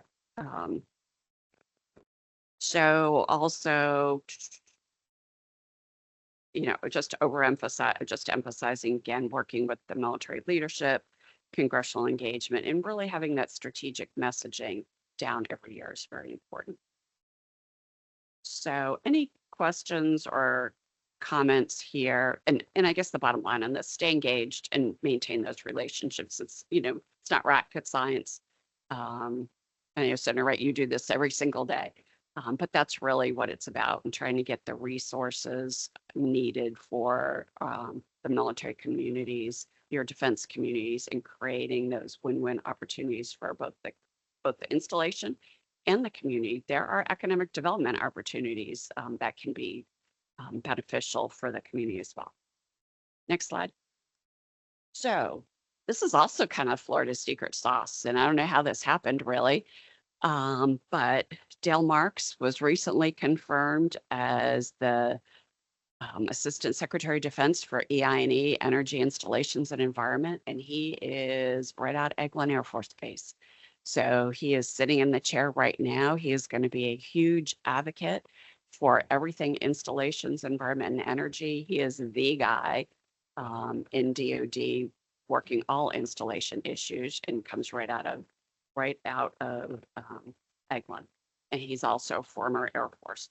So right below him is Colonel Michael Borders. Colonel Michael Borders is still in uniform. And for folks that may know him, he's at Hurlburt Air Force Base. So in the same location, basically, that Dale just came out of.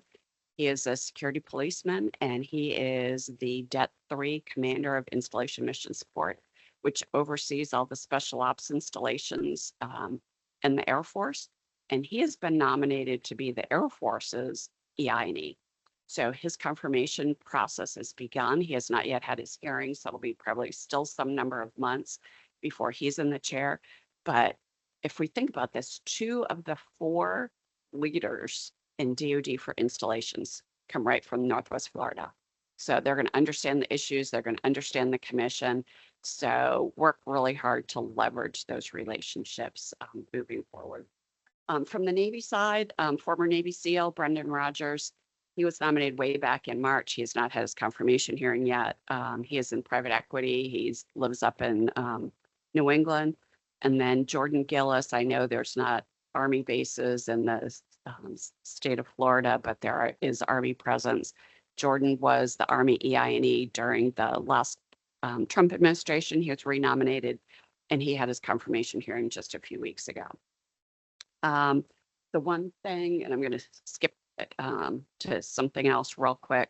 I failed to put this slide in here. So this is kind of a little break. I know this commission is very familiar with the Air Force's scorecard in support of military families. The Air Force has just come out, actually in May, they came out with their update of support of military family scorecard, and that is out for review right now. And the comment period is open until the 30th of July. And we just had a session. I think we had a couple of folks from Department of Commerce on the call as well. We had done an earlier report for the Florida Defense Support Task Force on the 2021 version of what came out. One of the installations in Florida was dead last. All of the installations in the state of Florida, I don't think any of them were above 18 from the bottom. And what we found is there was a lot of I don't say failures. There was a lot of things in that report and that analysis that were uncovered, that were brought to Alex Wagner, who was the Assistant Secretary of the Air Force for Manpower and Reserve Affairs. They heard us.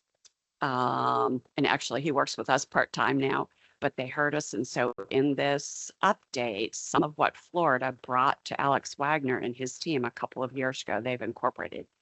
In my opinion, is it perfect? No. Are there still things that still need to be done? Absolutely. I think there's still some repeat comments that need to go back, but I would just encourage all of you, if you haven't done it yet, to go through right early, right often, get your comments back in, And if Ray hasn't done this already, Ray has, I think you've got our briefing that that we did a few weeks ago.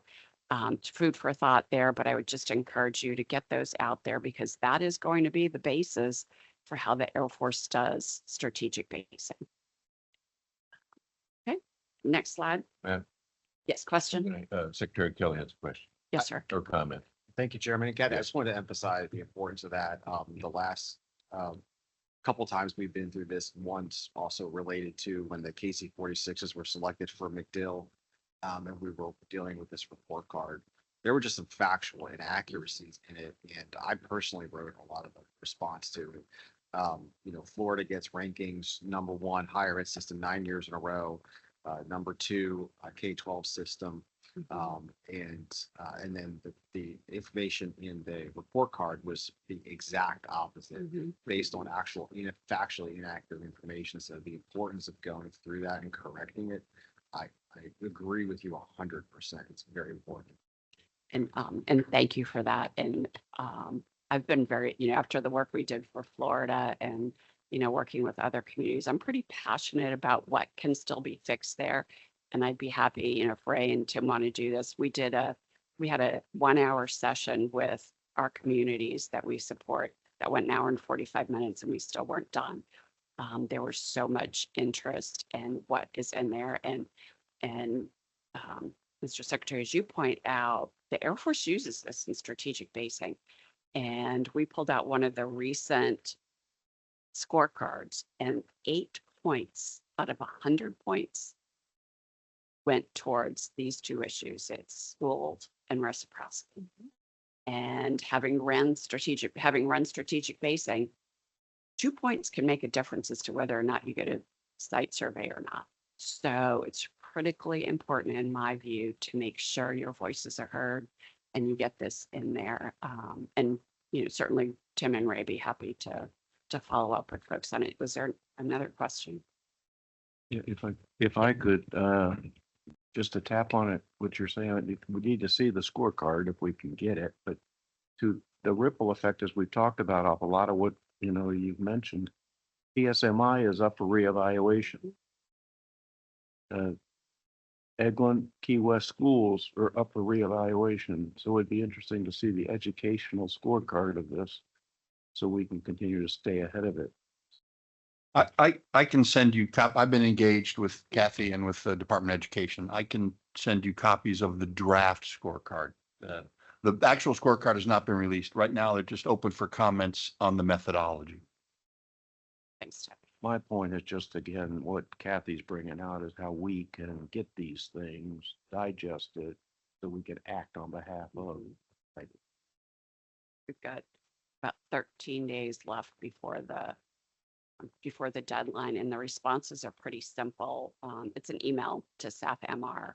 So that's all in the document. There's some recommendations and there at least our thoughts on where some of the challenges are. And certainly there's folks, I'm sure, in the room and certainly in your communities that understand the education way better than I do.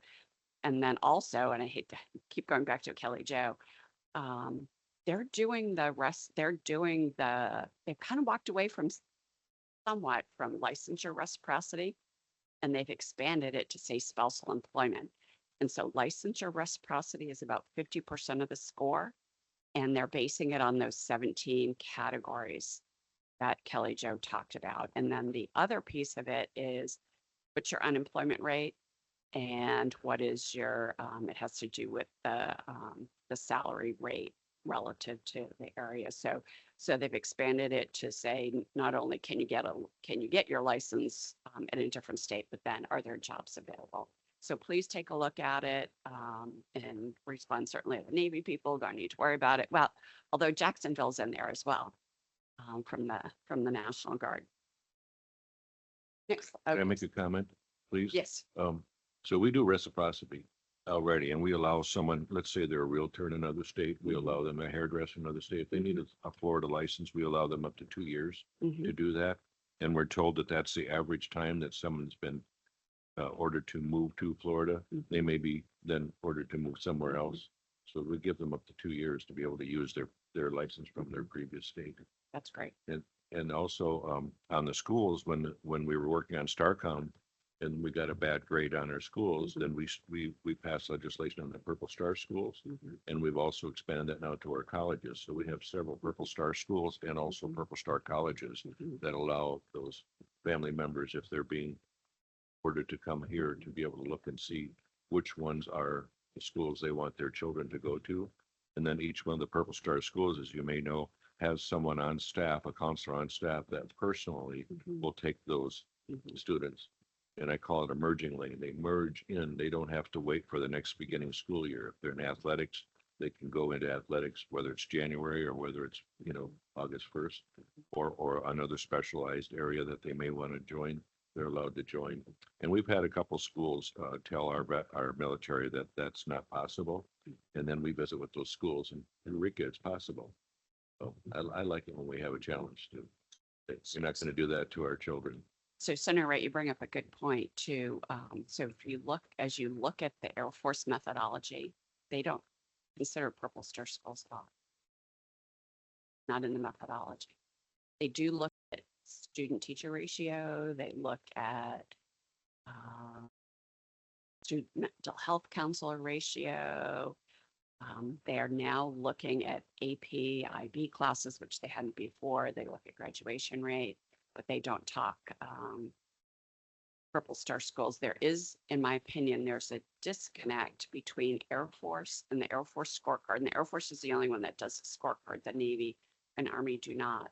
And OSD. So OSD in the Defense State Liaison Office does the Purple Star Council, looks at the Purple Star school as well as OSD personnel and readiness. So there's a little bit of a disconnect.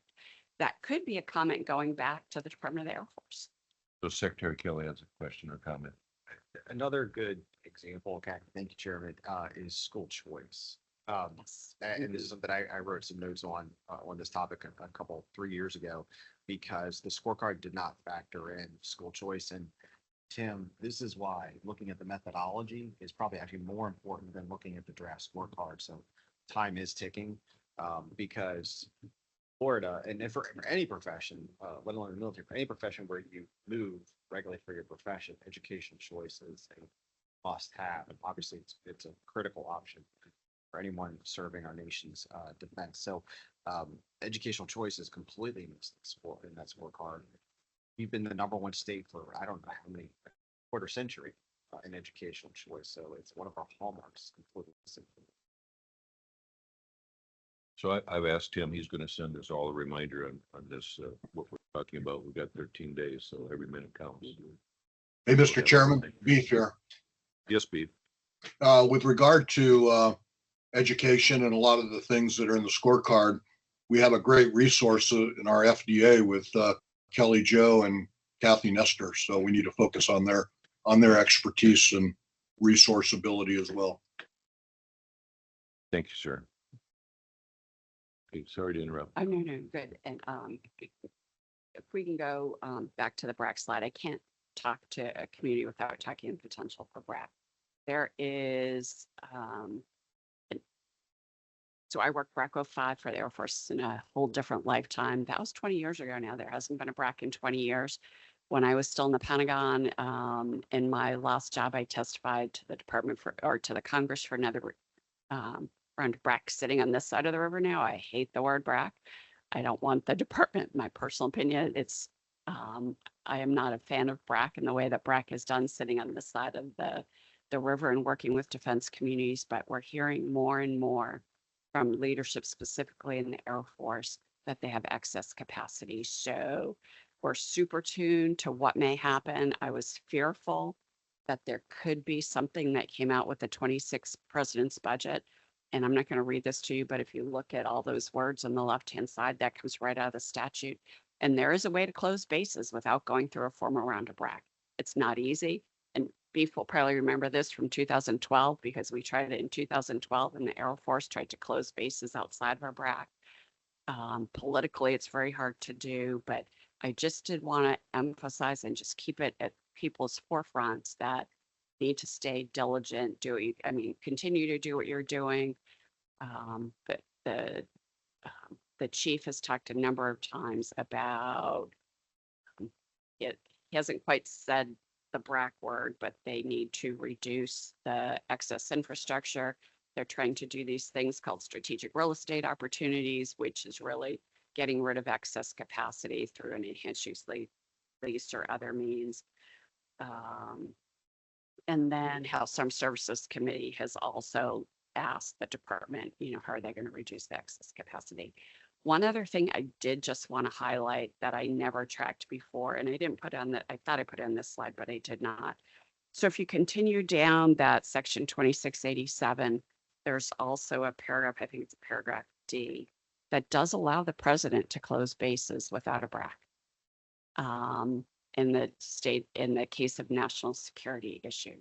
So I'm not going to say that a president would ever use it, but given where we are as a country with China and in the need to invest in new capability and having excess infrastructure, it would not shock me if there was some thing in the future. And I'm not hearing this is just in my brain, that opportunity is still out there. So not to be the Debbie Downer slide, but I do just want to make sure everybody's tracking, everybody is aware that this, the whole discussion on BRAC has not fully gone away.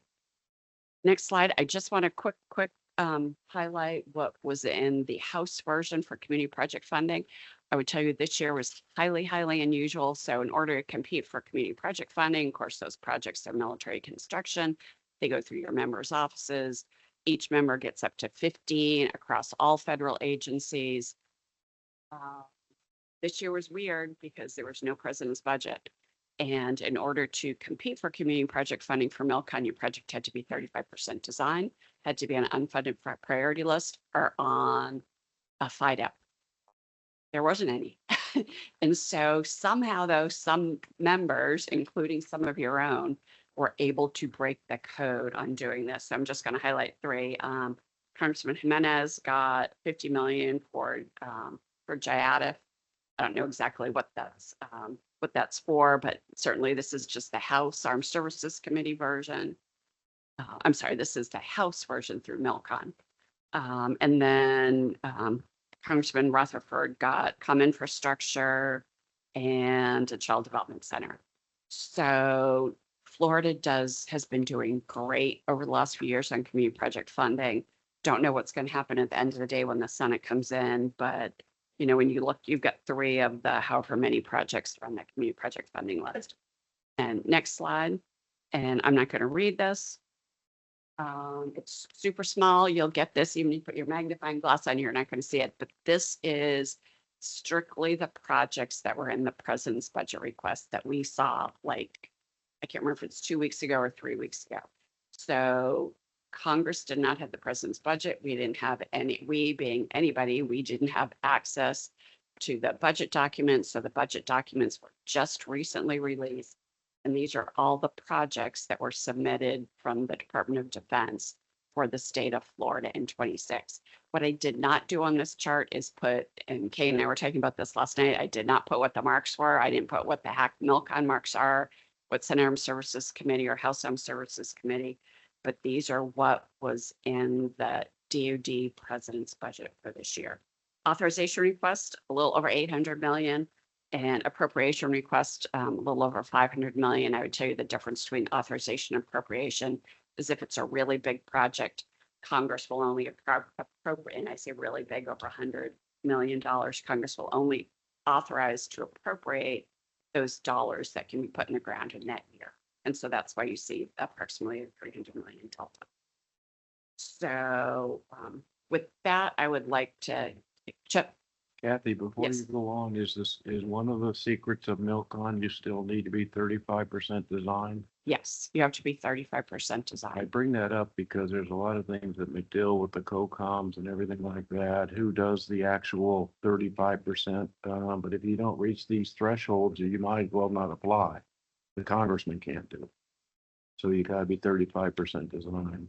So Chip, I'm glad you brought that up too, because there's something I learned just recently, and I guess I maybe should have known it earlier, but the House does not support adding dollars into their bill for planning and design. However, if the Senate adds planning and design, the House will support it. So the key to get planning and design is to work the Senate side, and then the House will support it. But Chip's absolutely right. If it's not 35% design, even if it's on the unfunded priority list or in the FIDAP, they won't support. They won't bring it forward. It just doesn't meet the criteria. So I know the purpose was to go through the strategic plan here today, but I'm going to turn it back to Tim here, but we are continuing to refine it. I think, and Tim, if you can talk about any comments, but certainly anything that you see as far as process, anything that you see in here that we missed, recognize we're going to go. We did these visits 2 years ago. Things change a lot over the last 2 years. We tried to capture those big issues and put it in the framework, but really the biggest thing is military friendly state, resilience, and keeping and growing the missions. And everything you do falls under one of those three categories.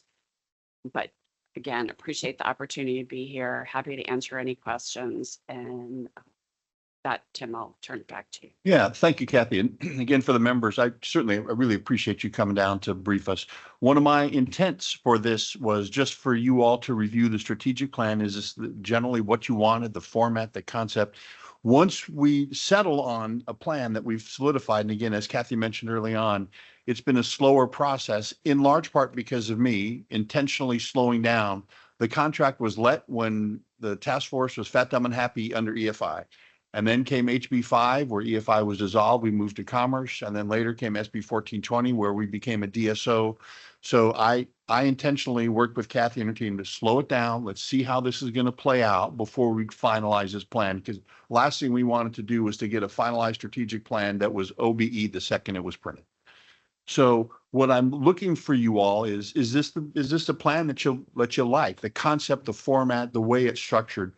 Once we've gotten that finalized and I can get it approved, the next step, and I know General Deal and I have had this discussion many times, is then that's the so what? What do you do with it, right? How do you put this thing into action? So that's really, if there was any discussion here, and based on time, we're running a little long, but we can continue perhaps at an additional meeting, a special called meeting or something down the road. And before I open up, one thing I do want to highlight with Kathy specifically is she had mentioned that Dale Marks, who briefed this commission in January, having him in DC is very helpful just because he knows our state. Kathy, she and I would have worked together on the 05 BRAC because I was working Air Force. I don't think we remember specifically, but I'm confident we worked together. But Kathy's experience as a principal deputy assistant secretary of the Air Force, she's very in tune with DC. And I want to point out, we had this discussion last night. She is in the running on a very short list to be the next chairman of the board of the Air and Space Force Association. That's like the Army Association of the United States. I will tell you, the singularly most influential association for the Air Force in DC. They hold conferences that all the senior leaders in DC and all the defense companies go to. So I think there's a pretty good chance she will be the next chairman of the board, and having someone like her who understands and has worked on Florida in an organization that is the most influential association in DC for the Air and Space Force will be incredible. And the expertise that she personally brings to this process is unmatched. So thank you for coming out. And we look forward, Madam Chairman, of seeing you. Any discussion on the strategic plan? Just again, the general concepts, the structure, the format is. We have anything that the members that you might have? From me as the chair and using readers, we need bigger font. Go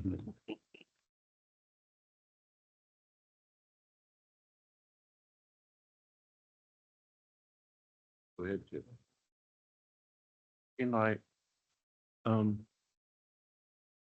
Kathy, you've been at it for 2 years now. We've had a little bit of an administration change.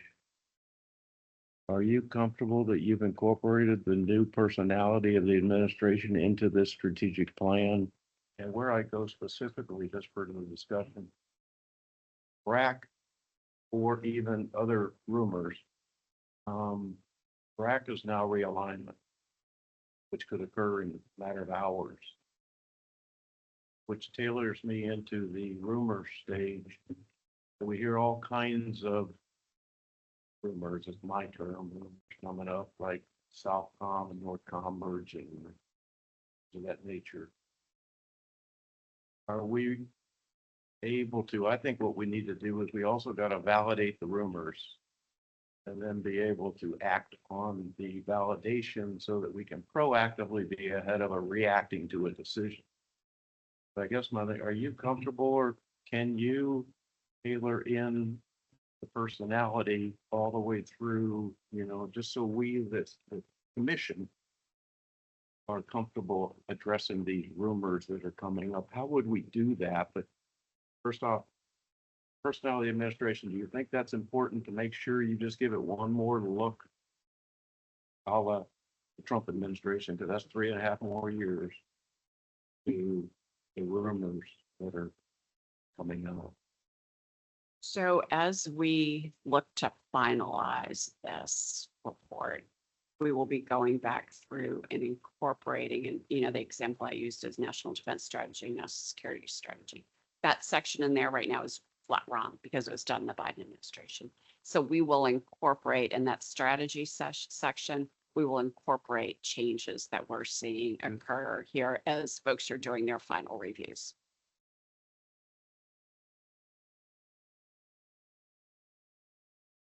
Okay, well, thank you again for allowing me to be here today. It's fun to be out of DC, and it's fun to be back together with all of you here in Florida.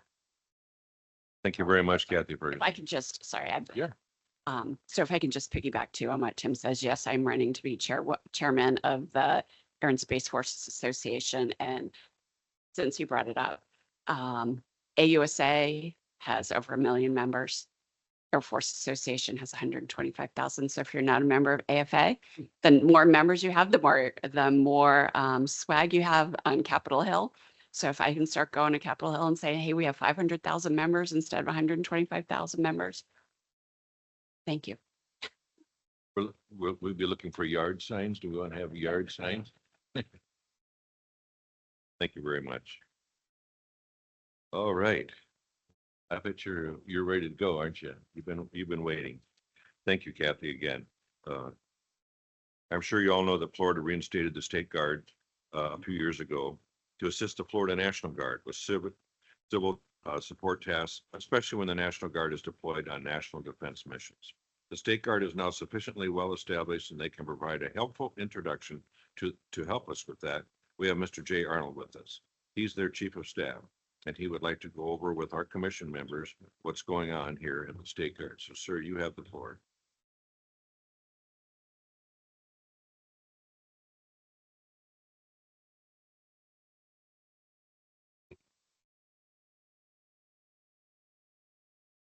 Thank you, Chair, and thank you, members of the commission. It's an honor to be here with you today. As you mentioned, Senator, my name is Jay Arnold, and I serve as the Chief of Staff of the Florida State Guard.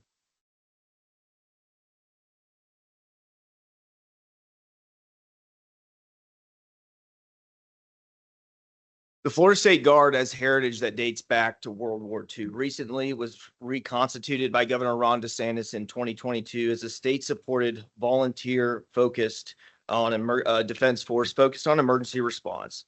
Over the last 2 years, the agency has grown in personnel and capability and has drastically strengthened Florida's emergency response network in air, ground, and maritime operations. And this is done so through our 4 units: our Aviation Response Squadron, our Crisis Response Battalion, our Maritime Response Squadron, and our Special Missions Unit. We are governed by Chapter 251 Florida statutes, and our agency trains in response to both natural and man-made disasters.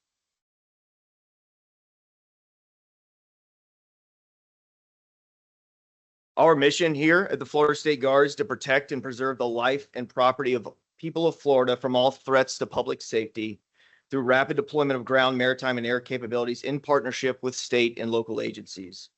All of this in mind with the goal of becoming the nation's premier state defense force. The majority of our requirements, as well as eligibility qualifications, are defined in statute. However, we specifically recruit individuals with military backgrounds, law enforcement, aviation backgrounds, healthcare, and emergency management professionals. Over the past year, the State Guard received 10 activations, working alongside our partners in the Florida National Guard, the Florida Highway Patrol, the Division of Emergency Management, Fish and Wildlife Commission, and the Florida Department of Law Enforcement. The State Guard deployed over 600 soldiers. It conducted over 200 health and wellness checks. It conducted over 300 search and rescue missions and distributed thousands of meals. In addition to that, the State Guard supported the Florida Department of Law Enforcement in Operation Vigilant Sentry, acting as tactical flight officers for continued operations throughout the year. In addition to in-state operations, the State Guard also supported out-of-state operations, deploying to support Operation Blue Ridge in North Carolina, rescuing hundreds of Floridians stranded in the aftermath of Hurricane Helene, as well as Operation Lone Star, working alongside our partners in the Florida National Guard on our southern border in Texas. I'd like to take a brief moment to go through and discuss the capabilities that reside within each of our 4 operational units. First, we have our Aviation Response Squadron, currently sitting at a soldier strength of 120 soldiers, with a primary focus in search and rescue operations, medevac assistance, humanitarian assistance, and disaster relief. This is all done with a fleet of 12 aircraft, 6 fixed-wing aircraft and 6 rotary-wing aircraft, as well as a fleet of 16 UAS platforms integrated within that command structure as well. Our Crisis Response Battalion, or our Ground Logistics Battalion, sitting at a soldier strength of about 520 soldiers. Their primary focus is in route clearance, mobile and fixed point of distribution operations, wide area damage assessments, distributed logistics, and search and rescue operations. This is done with heavy equipment, skid steers, amphibious rescue vehicles, mobile command trailers, and refueling trailers. Our Maritime Response Squadron is sitting at a soldier strength of 135 soldiers, with key focus areas in maritime search and rescue, waterway damage assessments. And this is done with 7 offshore platforms, vessels that we have in hand, and 15 nearshore and shallow water vessels that we have in hand. And lastly, we have our Special Missions Unit sitting at a strength of 60 soldiers. Their primary focus is in K-9 capable search and rescue efforts, as well as public safety operations. My favorite part of this discussion is be able to talk through some of the capabilities that the Florida State Guard provides within your counties, within your communities, especially in disaster response situations. The first service being aerial imagery. This is accomplished by our aviation squadron as well as our UAS teams.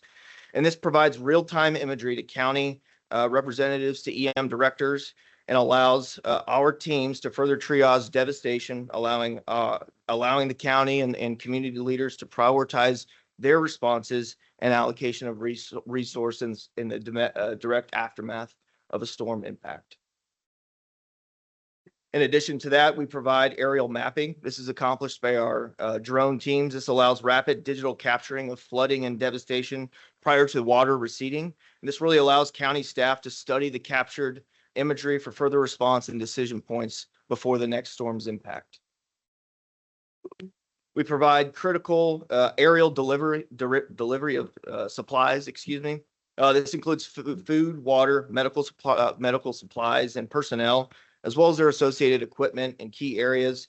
It includes establishment of pods and delivery of supplies to point of distribution points throughout that hurricane impacted area. The State Guard provides route reconnaissance. This includes reconnaissance of roadways and waterways conducted by our ground, maritime, and UAS teams. This is really crucial for local leaders to know what routes within their counties have been impacted and are impassable, supporting law enforcement, EMS, and fires ingress and egress into the affected areas. The State Guard provides cut and toss crews. This is crucial service that contains the ability to immediately open roadways to get those EMS crews to get immediate search and rescue teams in to some of the heavily impacted areas. For more sustained operations, the State Guard provides longer duration route clearing. This is done with our heavy equipment and is a little bit more extensive than cut and toss and allows our equipment to get in there and remove significantly large debris that's blocking highly trafficked roadways. Route clearing in the waterways. This is done by chainsaw teams that deploy on our vessels. They allow waterways to become more navigable and which also include our harbors, our boat ramps, our marinas, our fuel depots, so that vessels can get to and from and in and out of navigable waterways. The State Guard provides remote access assistance. This is done to assist citizens who desire to evacuate their flooded neighborhoods or deliver food, water, commodities to those individuals who have been stranded within floodplains. Then lastly, the State Guard provides point of distribution support. And these are both mobile and fixed pods and are essentially critical for supply distribution to community members that have been affected during a storm. In summary, your Florida State Guard stands ready to assist. We are disciplined, well-trained, and capable of responding to disasters in a joint capacity with our specialized air, maritime, and land trained units. Thank you, members of the commission, and I'm certainly happy to answer any questions that you may have. Do we have any questions for Mr. Arnold? I was going to ask you, sir, so how are you deployed? Do you work with the Kevin Guthrie's people?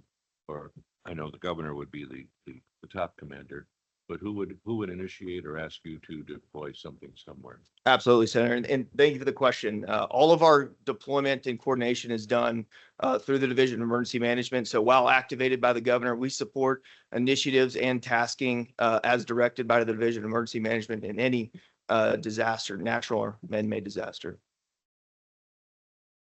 Very good. Thank you. Yes. Secretary Kelly.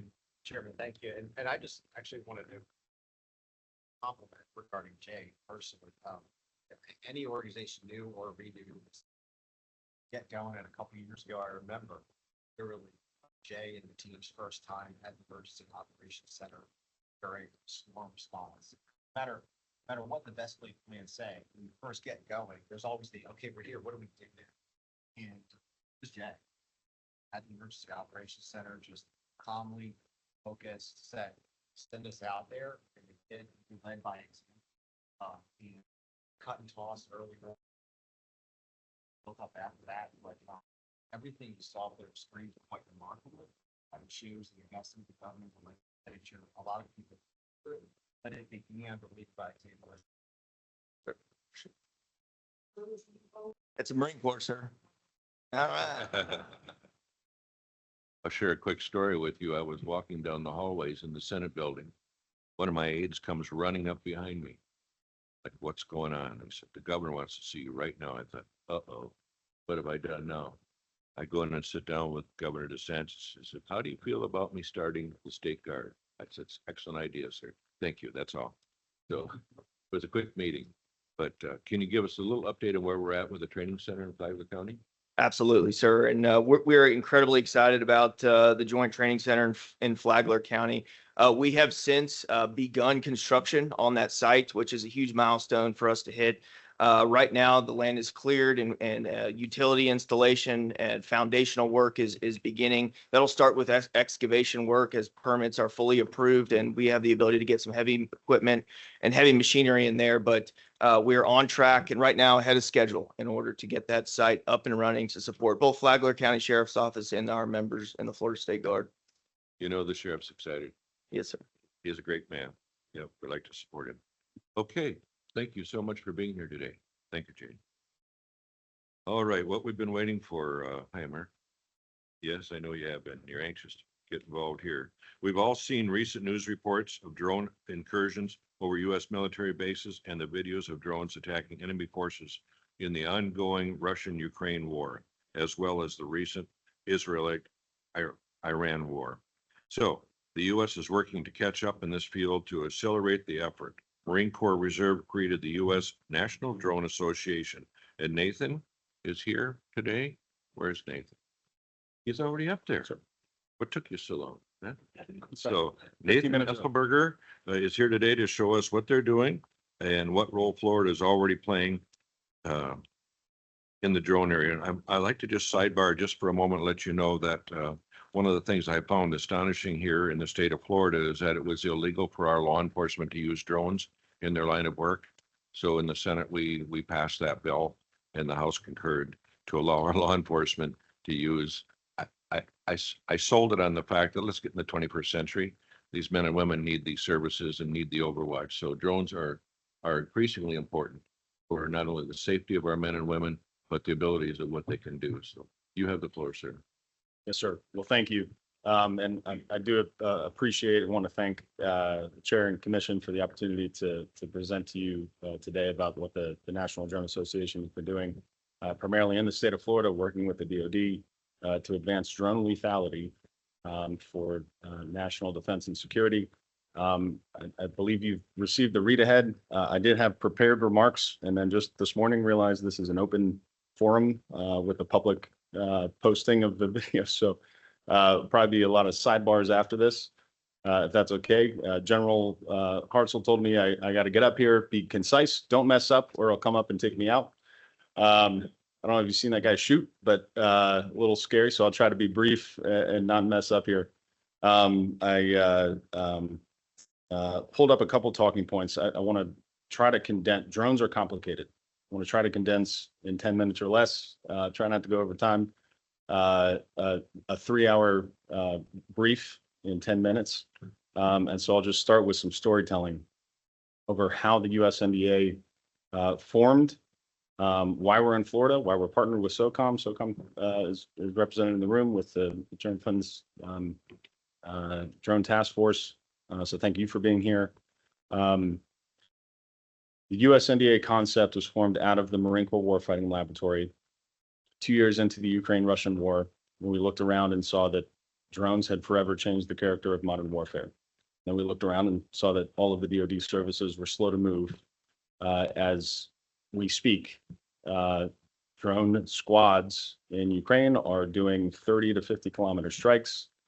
The max effective range of the average American DoD squad is still 800 meters. And so as we are looking at the emerging technology, this is not a 5-year program of record. The technology is changing every 3 days. We need to iterate fast. We need to adopt technology at the speed of relevance. We are out of time. General Mattis has a quote, I think it goes something like, when it's time to move the piano, Marines don't move the piano bench, they move the piano. And so this was an effort that pushed out of the Marine Corps Warfighting Laboratory initially. How do we move the piano on drones? So we created the USNDA and we identified if we're going to do this as a nonprofit, we're going to sidestep the bureaucracy of the DoD. How and where do we do this? 2 primary partners, SOCOM and the state of Florida.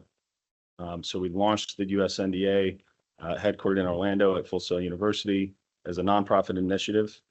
Do a little bit of storytelling. Why is it called the USNDA? We looked at FFRDCs, UARCs, all of the things, all of the innovative centers of excellence and all of the hubs and stuff that the DoD attempts to utilize to advance drone technology. We looked all the way back at the history of the NRA, the National Rifle Association, created in 1871, initially had absolutely nothing to do with Second Amendment lobbying or wasn't a gun club. It was created by 6 generals, 6 colonels, 3 majors, and 2 captains. In 1871, 10 years after the Civil War, when the military looked at, we are still using Revolutionary War tactics. Meanwhile, the Franco-Prussian War is going on. They're using advanced rifle tactics. We need to catch up. So after 10 years of sending President Lincoln letters saying, how do we catch up? How do we maintain lethality and capabilities for our military? They formed it as a nonprofit association, and then they announced competition using essentially public shame to pit the Army against the Marine Corps, against civilians, and it worked. It was a forcing function to wake the DoD up from, we can't be stagnant or complacent in the capabilities that we used. We need to catch up. The reason why Quantico exists today is because the Army initially crushed the Marine Corps in the first several years of those competitions. And the commandant said, why is the Army killing us? Well, we don't have the training ranges. We don't have the technology. And so there's an investment in what is now today Weapons Training Battalion in Quantico. So with that as a premise, we launched the USNDA last year. We held our first annual conference in December. Senator, thank you for you were part of one of those panels at the conference. Lieutenant General Anderson, oncoming or nominated new CG at AFRICOM, keynoted. We pulled in Marine Corps, Army, Air Force, Navy, converged everybody into the same room and said, hey, if it's policy, if it's law, if it's technology, if it's innovation, how do we get out of our own way? We had Lieutenant General Anderson look us all in the eyeballs and say, use this organization to examine the problem, identify solutions, and help us sidestep this bureaucracy of ours. I'm going to come back to that and pass that on as an ask. Help us get out of our own way, because the state of Florida plays a key role here. So we had the conference in December. Out of that conference, we identified 2 lines of effort. One is drones are complicated. We are sitting on 10 years worth of outdated policy and bureaucracy that is owned by not just the DoD, but the FAA, the FCC, the NDAA. There's multiple federal organizations that own a little piece of it. So we need to go pick a fight with where does no live, and how do we toggle that to a yes? So I'll start there and come back to the second line of effort being the competitions, which is dead center in Florida. So over the past 7 months, 3 major things that we've done is, one, worked with DIU. We had a summit in Defense Innovation University. No, Defense Innovation Unit, part of the DoD, that has owned the Blue List for the past 7 years. American made is important. NDAA compliance is important. Examining the barriers for how do you just get stuff in the hands of warfighters. They'll figure it out. But we can't wait 6 months and go through 6 feet stacks of paperwork to be able to get capabilities in the hands of warfighters. So we had a summit in June with that team, brought in the Marine Corps, Army, SOCOM to identify specific policy points related to the Blue List. DIU has announced, I think, 3 or 4 press releases announcing in early June updates to how they are approaching management of that list. Second thing we did was develop relationships with the National Security Council. There does need a presidential level push to solve for this stuff. So USNDA made 7 recommendations to the NSC. 6 out of 7 of those recommendations were included in the executive order that was signed June 6th, unleashing American drone dominance by the president. The focus of that executive order was rebalancing, I think it's section 9, line V, but rebalancing this appropriate obsession with compliance and American made with capability.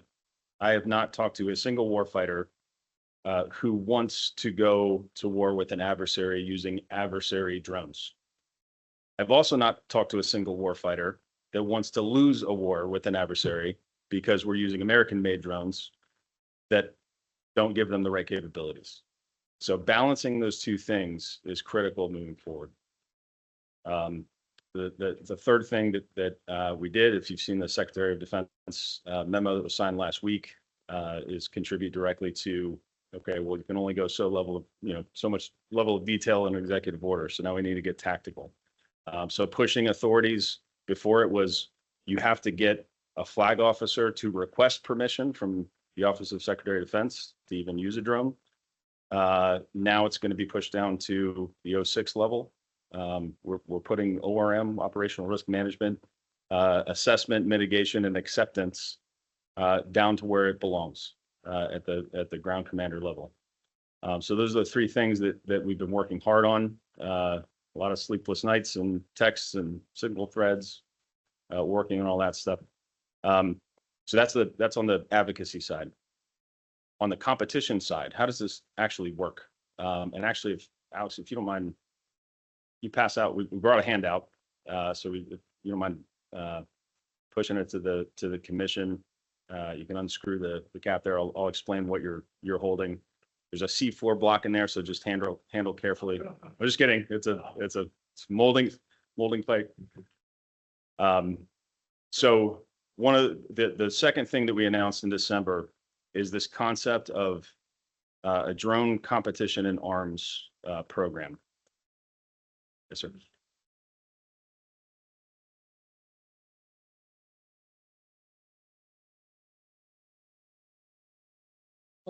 Is that drone release? The drone releases this? Yes. No, shoot, no, it's shot. That's a shot. Think about your planes. Yeah. So you don't. It's not faster. Yes. This is used up. This will blow up and explain more. It's expensive. And if Alex looks familiar, he is a Marine and his last name is Hartzell. We're sorry.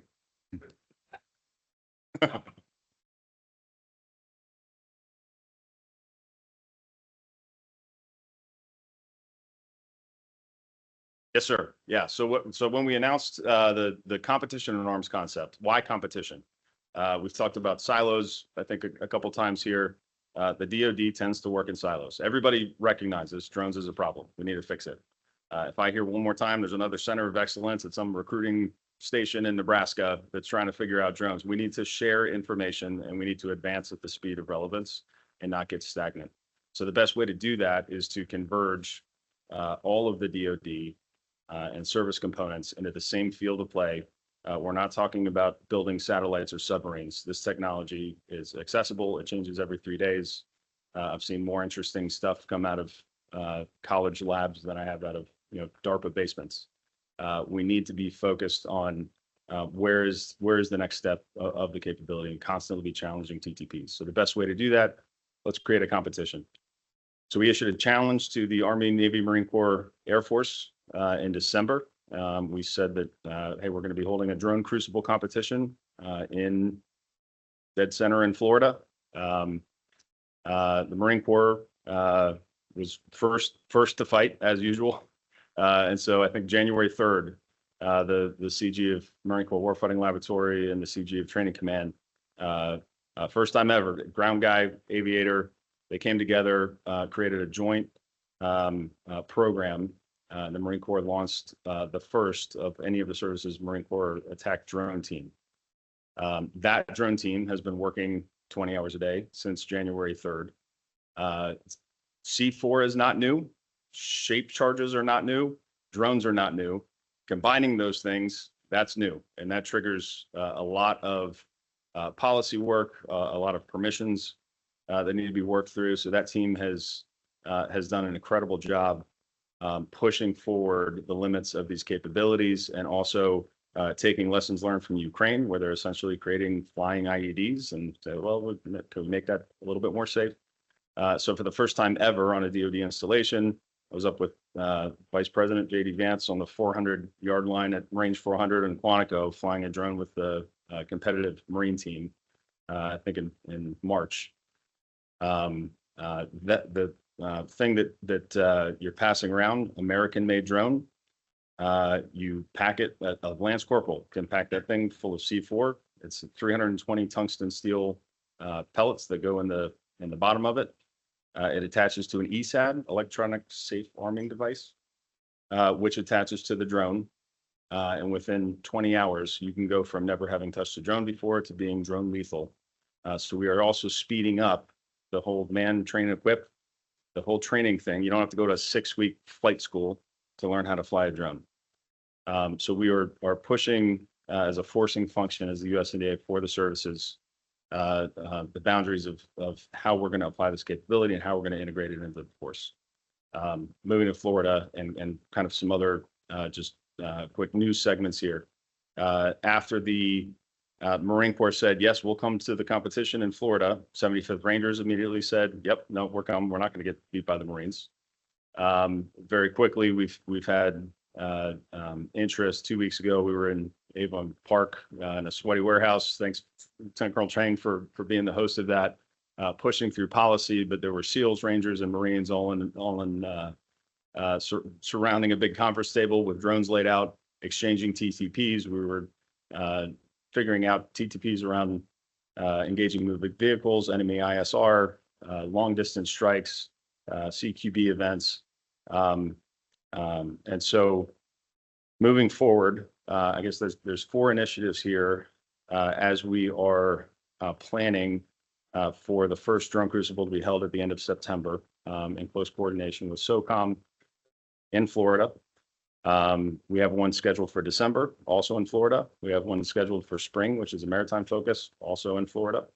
The state of Florida has everything it needs to solve for the complexities of drone warfare on behalf of the nation. I'm not saying that because I'm a Florida resident. I'm saying that because you have strategic value for multiple reasons that I don't have time to get into, and you know all of them already anyway. And so as we move forward, there's 4 initiatives that we're going to be focused on that we need your help with. Initiative 1, we will partner with, going back to how do we bring academic innovation onto the battlefield and not have this 5-year long cycle where we push out RFPs and we push out awards. We need to iterate on this technology at the speed that it's relevant. It is a cat and mouse game. Technology changes every day. So initiative 1 is partnering with every single, I don't care if it's a technical college, a university, but the next generation of American innovators need to be focused on this problem. This is the future of warfare. So we are actively engaging with universities. We toured Full Sail yesterday, UCF, Embry-Riddle next week. We're building relationships, UNF with the robotics clubs, with the engineering programs, everyone that is relevant to, can we kick you a problem that is important for DoD warfighters? Can you help us solve it? The second thing we're doing is partnering with DoD installations to solve for the number one problem in the DoD related to drone and counter drone technology is I need a space where I can go. Right now, I can draw my rifle from the armory and I can go onto a DoD installation and I can practice and I can test. It can't take 6 months to get approvals for this technology as it emerges. It gets complicated, involves a lot of policy. We will work through that. We've got a task force working through all of the layers of where does no live? How do we talk about CES? State of Florida is uniquely positioned, obviously with the COCOMs here, but also at the state level. We can solve this here. The third thing that we're working with, again, with the state of Florida, partnering with both international partners and also just industry partners to leverage the great work the Commerce Department is doing. There's no reason why we can't solve for manufacturing, solve for component manufacturing, solve for ongoing testing and evaluation of stuff right here in the state. So working on a pretty broad initiative to try to help endorse Florida as if there's anywhere in the country that you should plant a flag in the sand and build manufacturing capability and have close connectivity to the needs of warfighters, it should be right here. And then, of course, the fourth thing is continuing to work with each service component. In June, up at Fort Rucker, the Major General Gill, the commanding general for the Army's Aviation Center of Excellence, announced their competitive drone program. And so we have the Army working with AFSOC, I think up at Hurlburt. They're going to send a team, Rangers sending a team, NSW sending a team, Marine Corps sending a team. I think I left somebody out, but we are converging back to the SecDef memo. The specific tasking in there to the services is develop a deliberate, screened, active duty experimentation team that is focused on nothing but small UAS and lethality. So those are the teams that we will be bringing to Florida to compete against each other, share tactics, recommendations, also publicly shame each other if somebody's falling behind. So we look forward to doing that in Florida and really look forward to partnering with you. Thank you for the opportunity to brief. And we have a national drone conference again scheduled for December. Again, held at Full Sail University. We're also going to be doing a drone maneuver competition, which is open to every member of the services, not just the experimentation team. But that'll also be in December.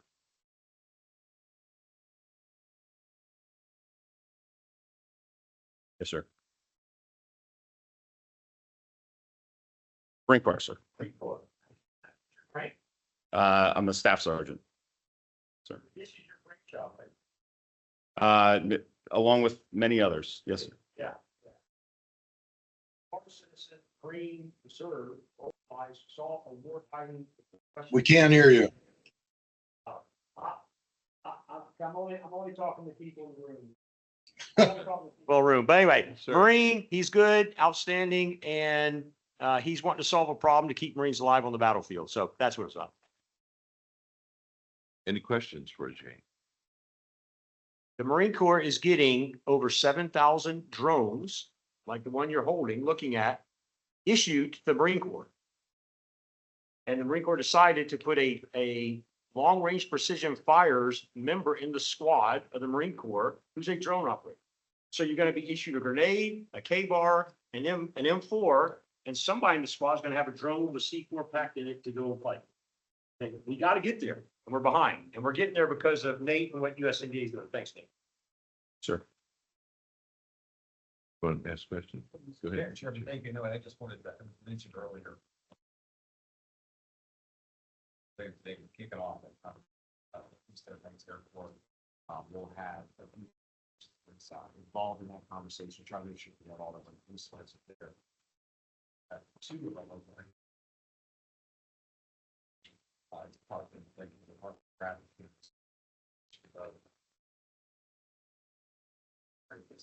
What Nate said is true. We're seeing some great companies come into the state. And so we've got to leverage their expertise too, because they want to innovate here. They're going to manufacture here.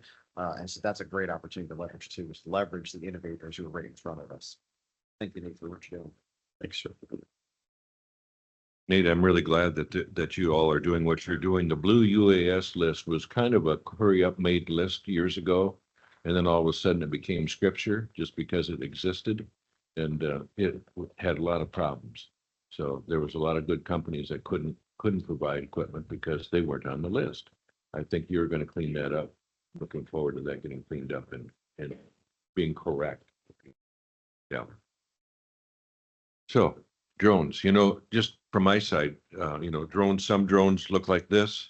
Some drones used in law enforcement look like a softball.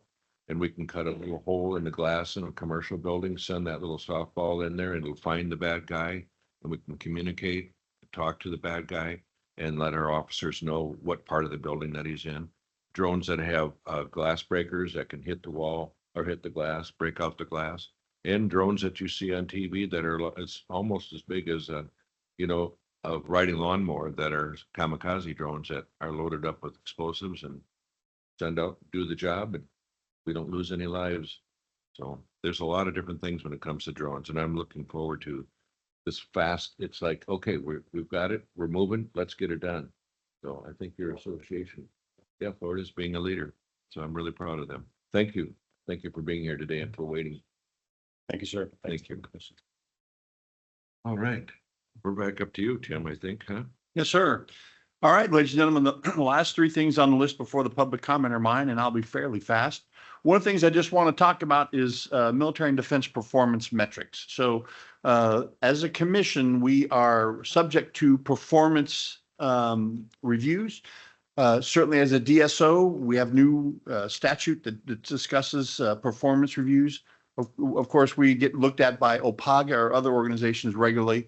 And one of the things that I see is we don't have any formal performance measures that we have done as a task force or as a commission. So just throwing it out there for you all to help us as we brainstorm a few thoughts. So a performance metric itself, a performance measure, lots of different definitions. I looked at what the long range program plans discussed and essentially looking at what are the inputs and outputs, measures of effectiveness. Performance measures, one of the things that we want is it something that can be measured? But unlike the Air Force, which several years ago became enamored with counting stuff because we could, is it something that we're measuring because there's a value to measuring it? So as we look to performance measures for the commission and the Office of Military and Events in particular, I'm trying to find things that we can measure. And importantly, is it something that we should measure? Is it going to add value? So if you would, next slide, a couple of things that we looked at as things that we might want to consider as part of performance measures. What does statute tell us to do? So how might we measure, and would it be valuable to look at making recommendations, assisting Veterans Florida, et cetera, et cetera? So for those of you seated here today, whether we not necessarily have time today, but if as you think about it over time of stuff that you might think that we would want to measure, as a team, we came up with a couple things that I know that we could measure and that would probably have some level of value in doing so. Items such as timelines for submissions of grants from the time we get a grant till the time it's an executed contract, or the timeline where we will pay an invoice. How about outreach? How many social media hits do we get? Website hits? How many briefings have we given that people attended, whether it's a commission meeting or we've participated in something else? One of the things that Kathy had mentioned in her briefing is the DC visits. How many times have we visited CODELs or local agencies or local representatives? We want to develop a survey, particularly with regard to our grants. Survey out to grant recipients. Did this do as it was intended? What was the value? Things like that. We might look at how many times we have proposed a new or an edit to a statute or a federal law, but things that we can measure that are important that might help us as a commission determine statutorily, are we doing the things that statute has asked us to do? And with that, I'll move on to my next section. So again, that's the performance measures. ADC Innovation Forum. Or Installation Innovation Forum. Earlier this year, the commission voted to approve, and we sent several members of the commission to the Association of Defense Communities Conference in Washington, D.C. Very successful. Obviously, we've gotten very good feedback. I and members of our staff have been going to those for years.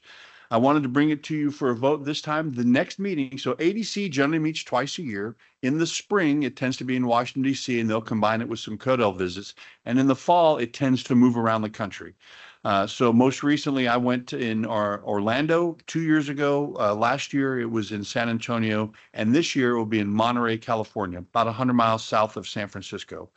I don't know exactly how much it would cost for members to go, but I'm going to estimate between registration, hotels, airline, et cetera, probably in the $3,000 per person range somewhere. And so what I would like to do at some point in the not too distant future is get a tally of commission members that would be interested in going. But today, for members of the commission, I'd like to just propose to you, would you be willing to fund members of the commission to attend? Those of us on the staff, the Department of Commerce has graciously paid for us, but for the commission members, I want to throw it out there to a vote. Don't have a number certain yet. But in the most recent conference, we sent 4 commission members, probably somewhere along that line, depending on who's interested. So it would be $3,000-ish each. So $12,000 to $15,000 from your budget. Is that something that the commission would be willing to support before I start any further advanced planning? And with that, we'd love to, Mr. Chairman, just call for a vote. Does anyone want to make a motion in regards to this request to pay for members to go to the Monterey? Does that include a wine tasting? Or is that extra? Sir, that would be extra. Okay, so no wine tasting included in this money. I think it's important. Anybody wants to make a motion? I would move that we allow for that ADC conference every year at the discretion of the chair. Any second? Second. All in favor? Yes. Yes. Yes. Opposed? Nay.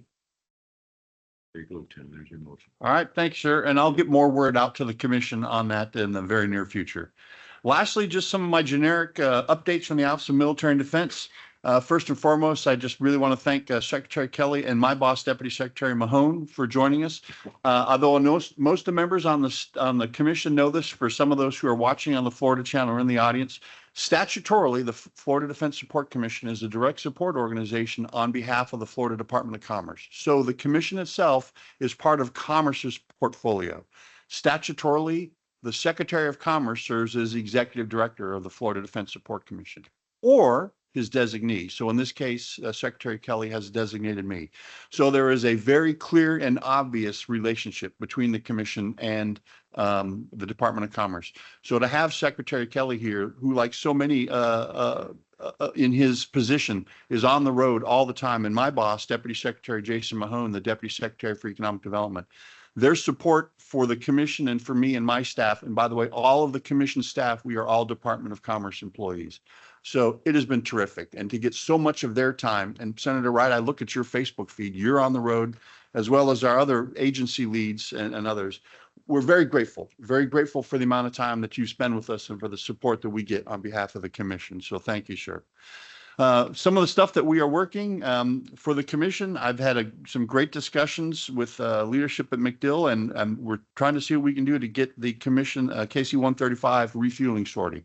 So I'll keep you posted on that. That will probably be in the coming months. Maybe probably no earlier than December. I'm going to try to deconflict it with anything that the legislature is doing for committee weeks or the legislature, but know that that's coming. Secondly, Mr. Neubauer gave us a quick preview through the efforts of a lot of folks, to specifically Secretary Kelly, DepSec Mahone, General Hartzell, who've been advocates. We are going to restart a state base commanders meeting. So we have one on the books for Friday, September the 12th. It will be at Tyndall. The wing has been in discussions with the wing commander that graciously agreed to host us. Will be in the morning. The bulk of the meeting itself will be between 9 and 11 in the morning. I've saved the dates out to 20-something installation commanders of the largest installations, and we are going to be working to invite senior executives from state agencies. So we'll be getting out a very detailed invitation soon. It's a small room. It's not going to be a big open public meeting like this. The room itself seats 54, and that's pretty much going to be agency leads, installation commanders, and some select staff. But that's something we all have been talking about for many years, trying to get back on the books.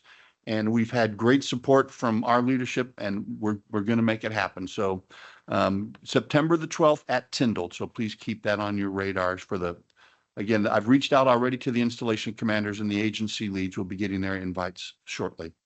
Our military benefits guide that you all paid for, very successful. The initial print run of 6,000 is pretty much all gone. Veterans Florida came to us, asked for 2,000 more, which they paid for. We got that. Those have been distributed.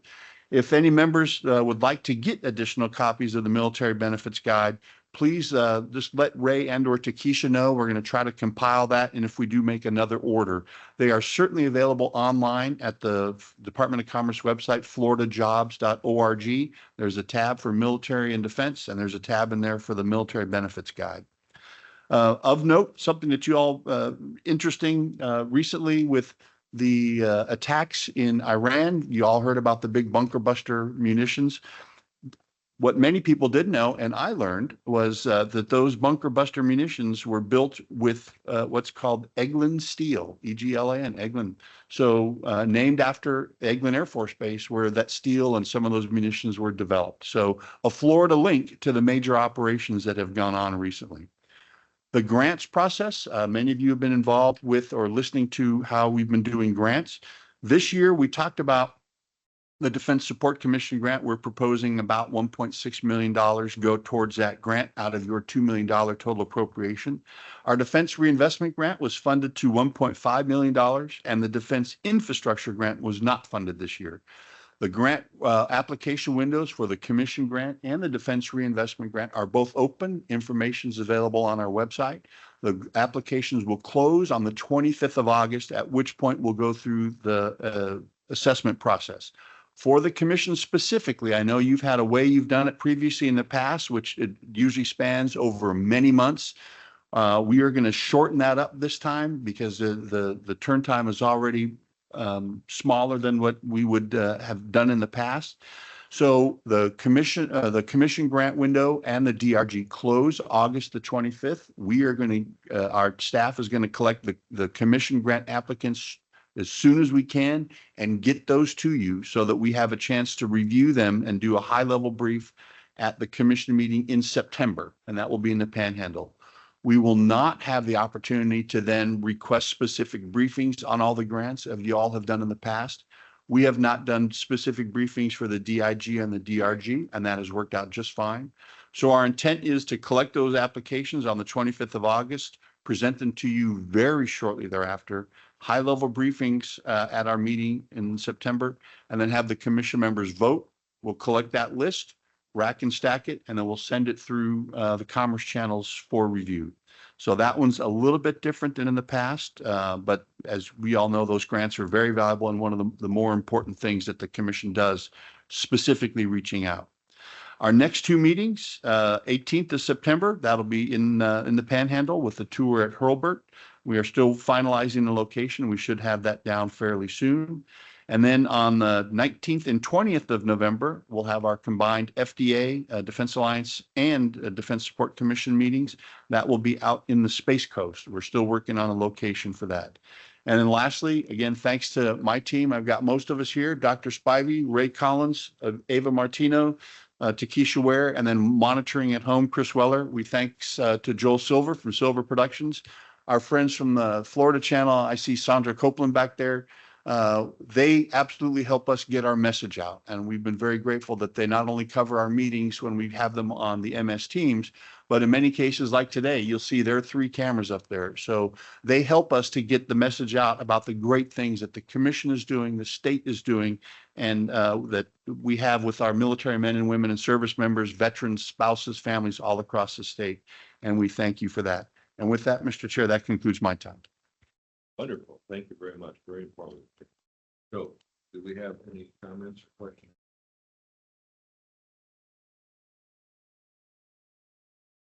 So going back very quickly here to the performance metrics, is there a date that that is due by?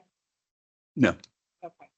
So I see that us developing our performance metrics could directly tie into the strategic plan that is being finalized by the Roosevelt Group. And when that strategic plan is finalized, I'd like to see us get together in a closed session and have discussions about how we're going to implement what is in the strategic plan. And through that process, we could collectively identify what our performance measurements will be. Absolutely. Okay, thank you.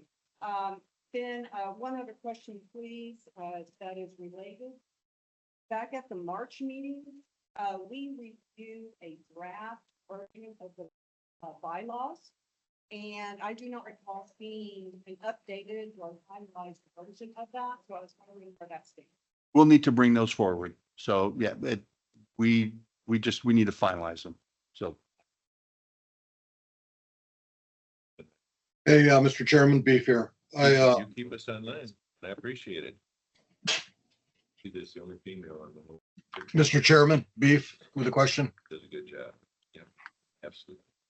And we're going to try to, we're going to try to put together a meeting with our commanders, and we'll be included so that we can find out what their needs and desires are before we actually get into legislation. Right. Our 60-day session comes and goes like, well, it happens so fast.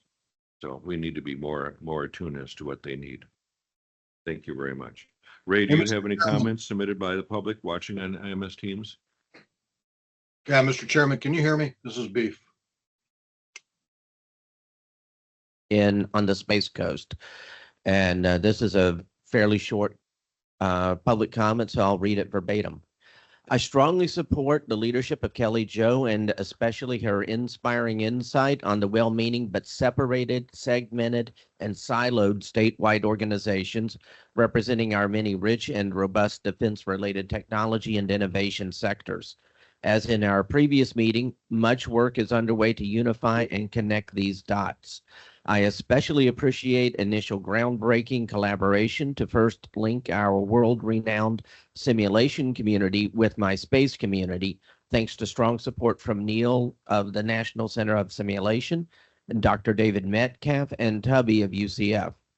During the FDSC November Space Coast meeting, you will hear and see firsthand a unified trailblazing on our space simulation, cyber software cell, synergy strategy, and sandbox testbed.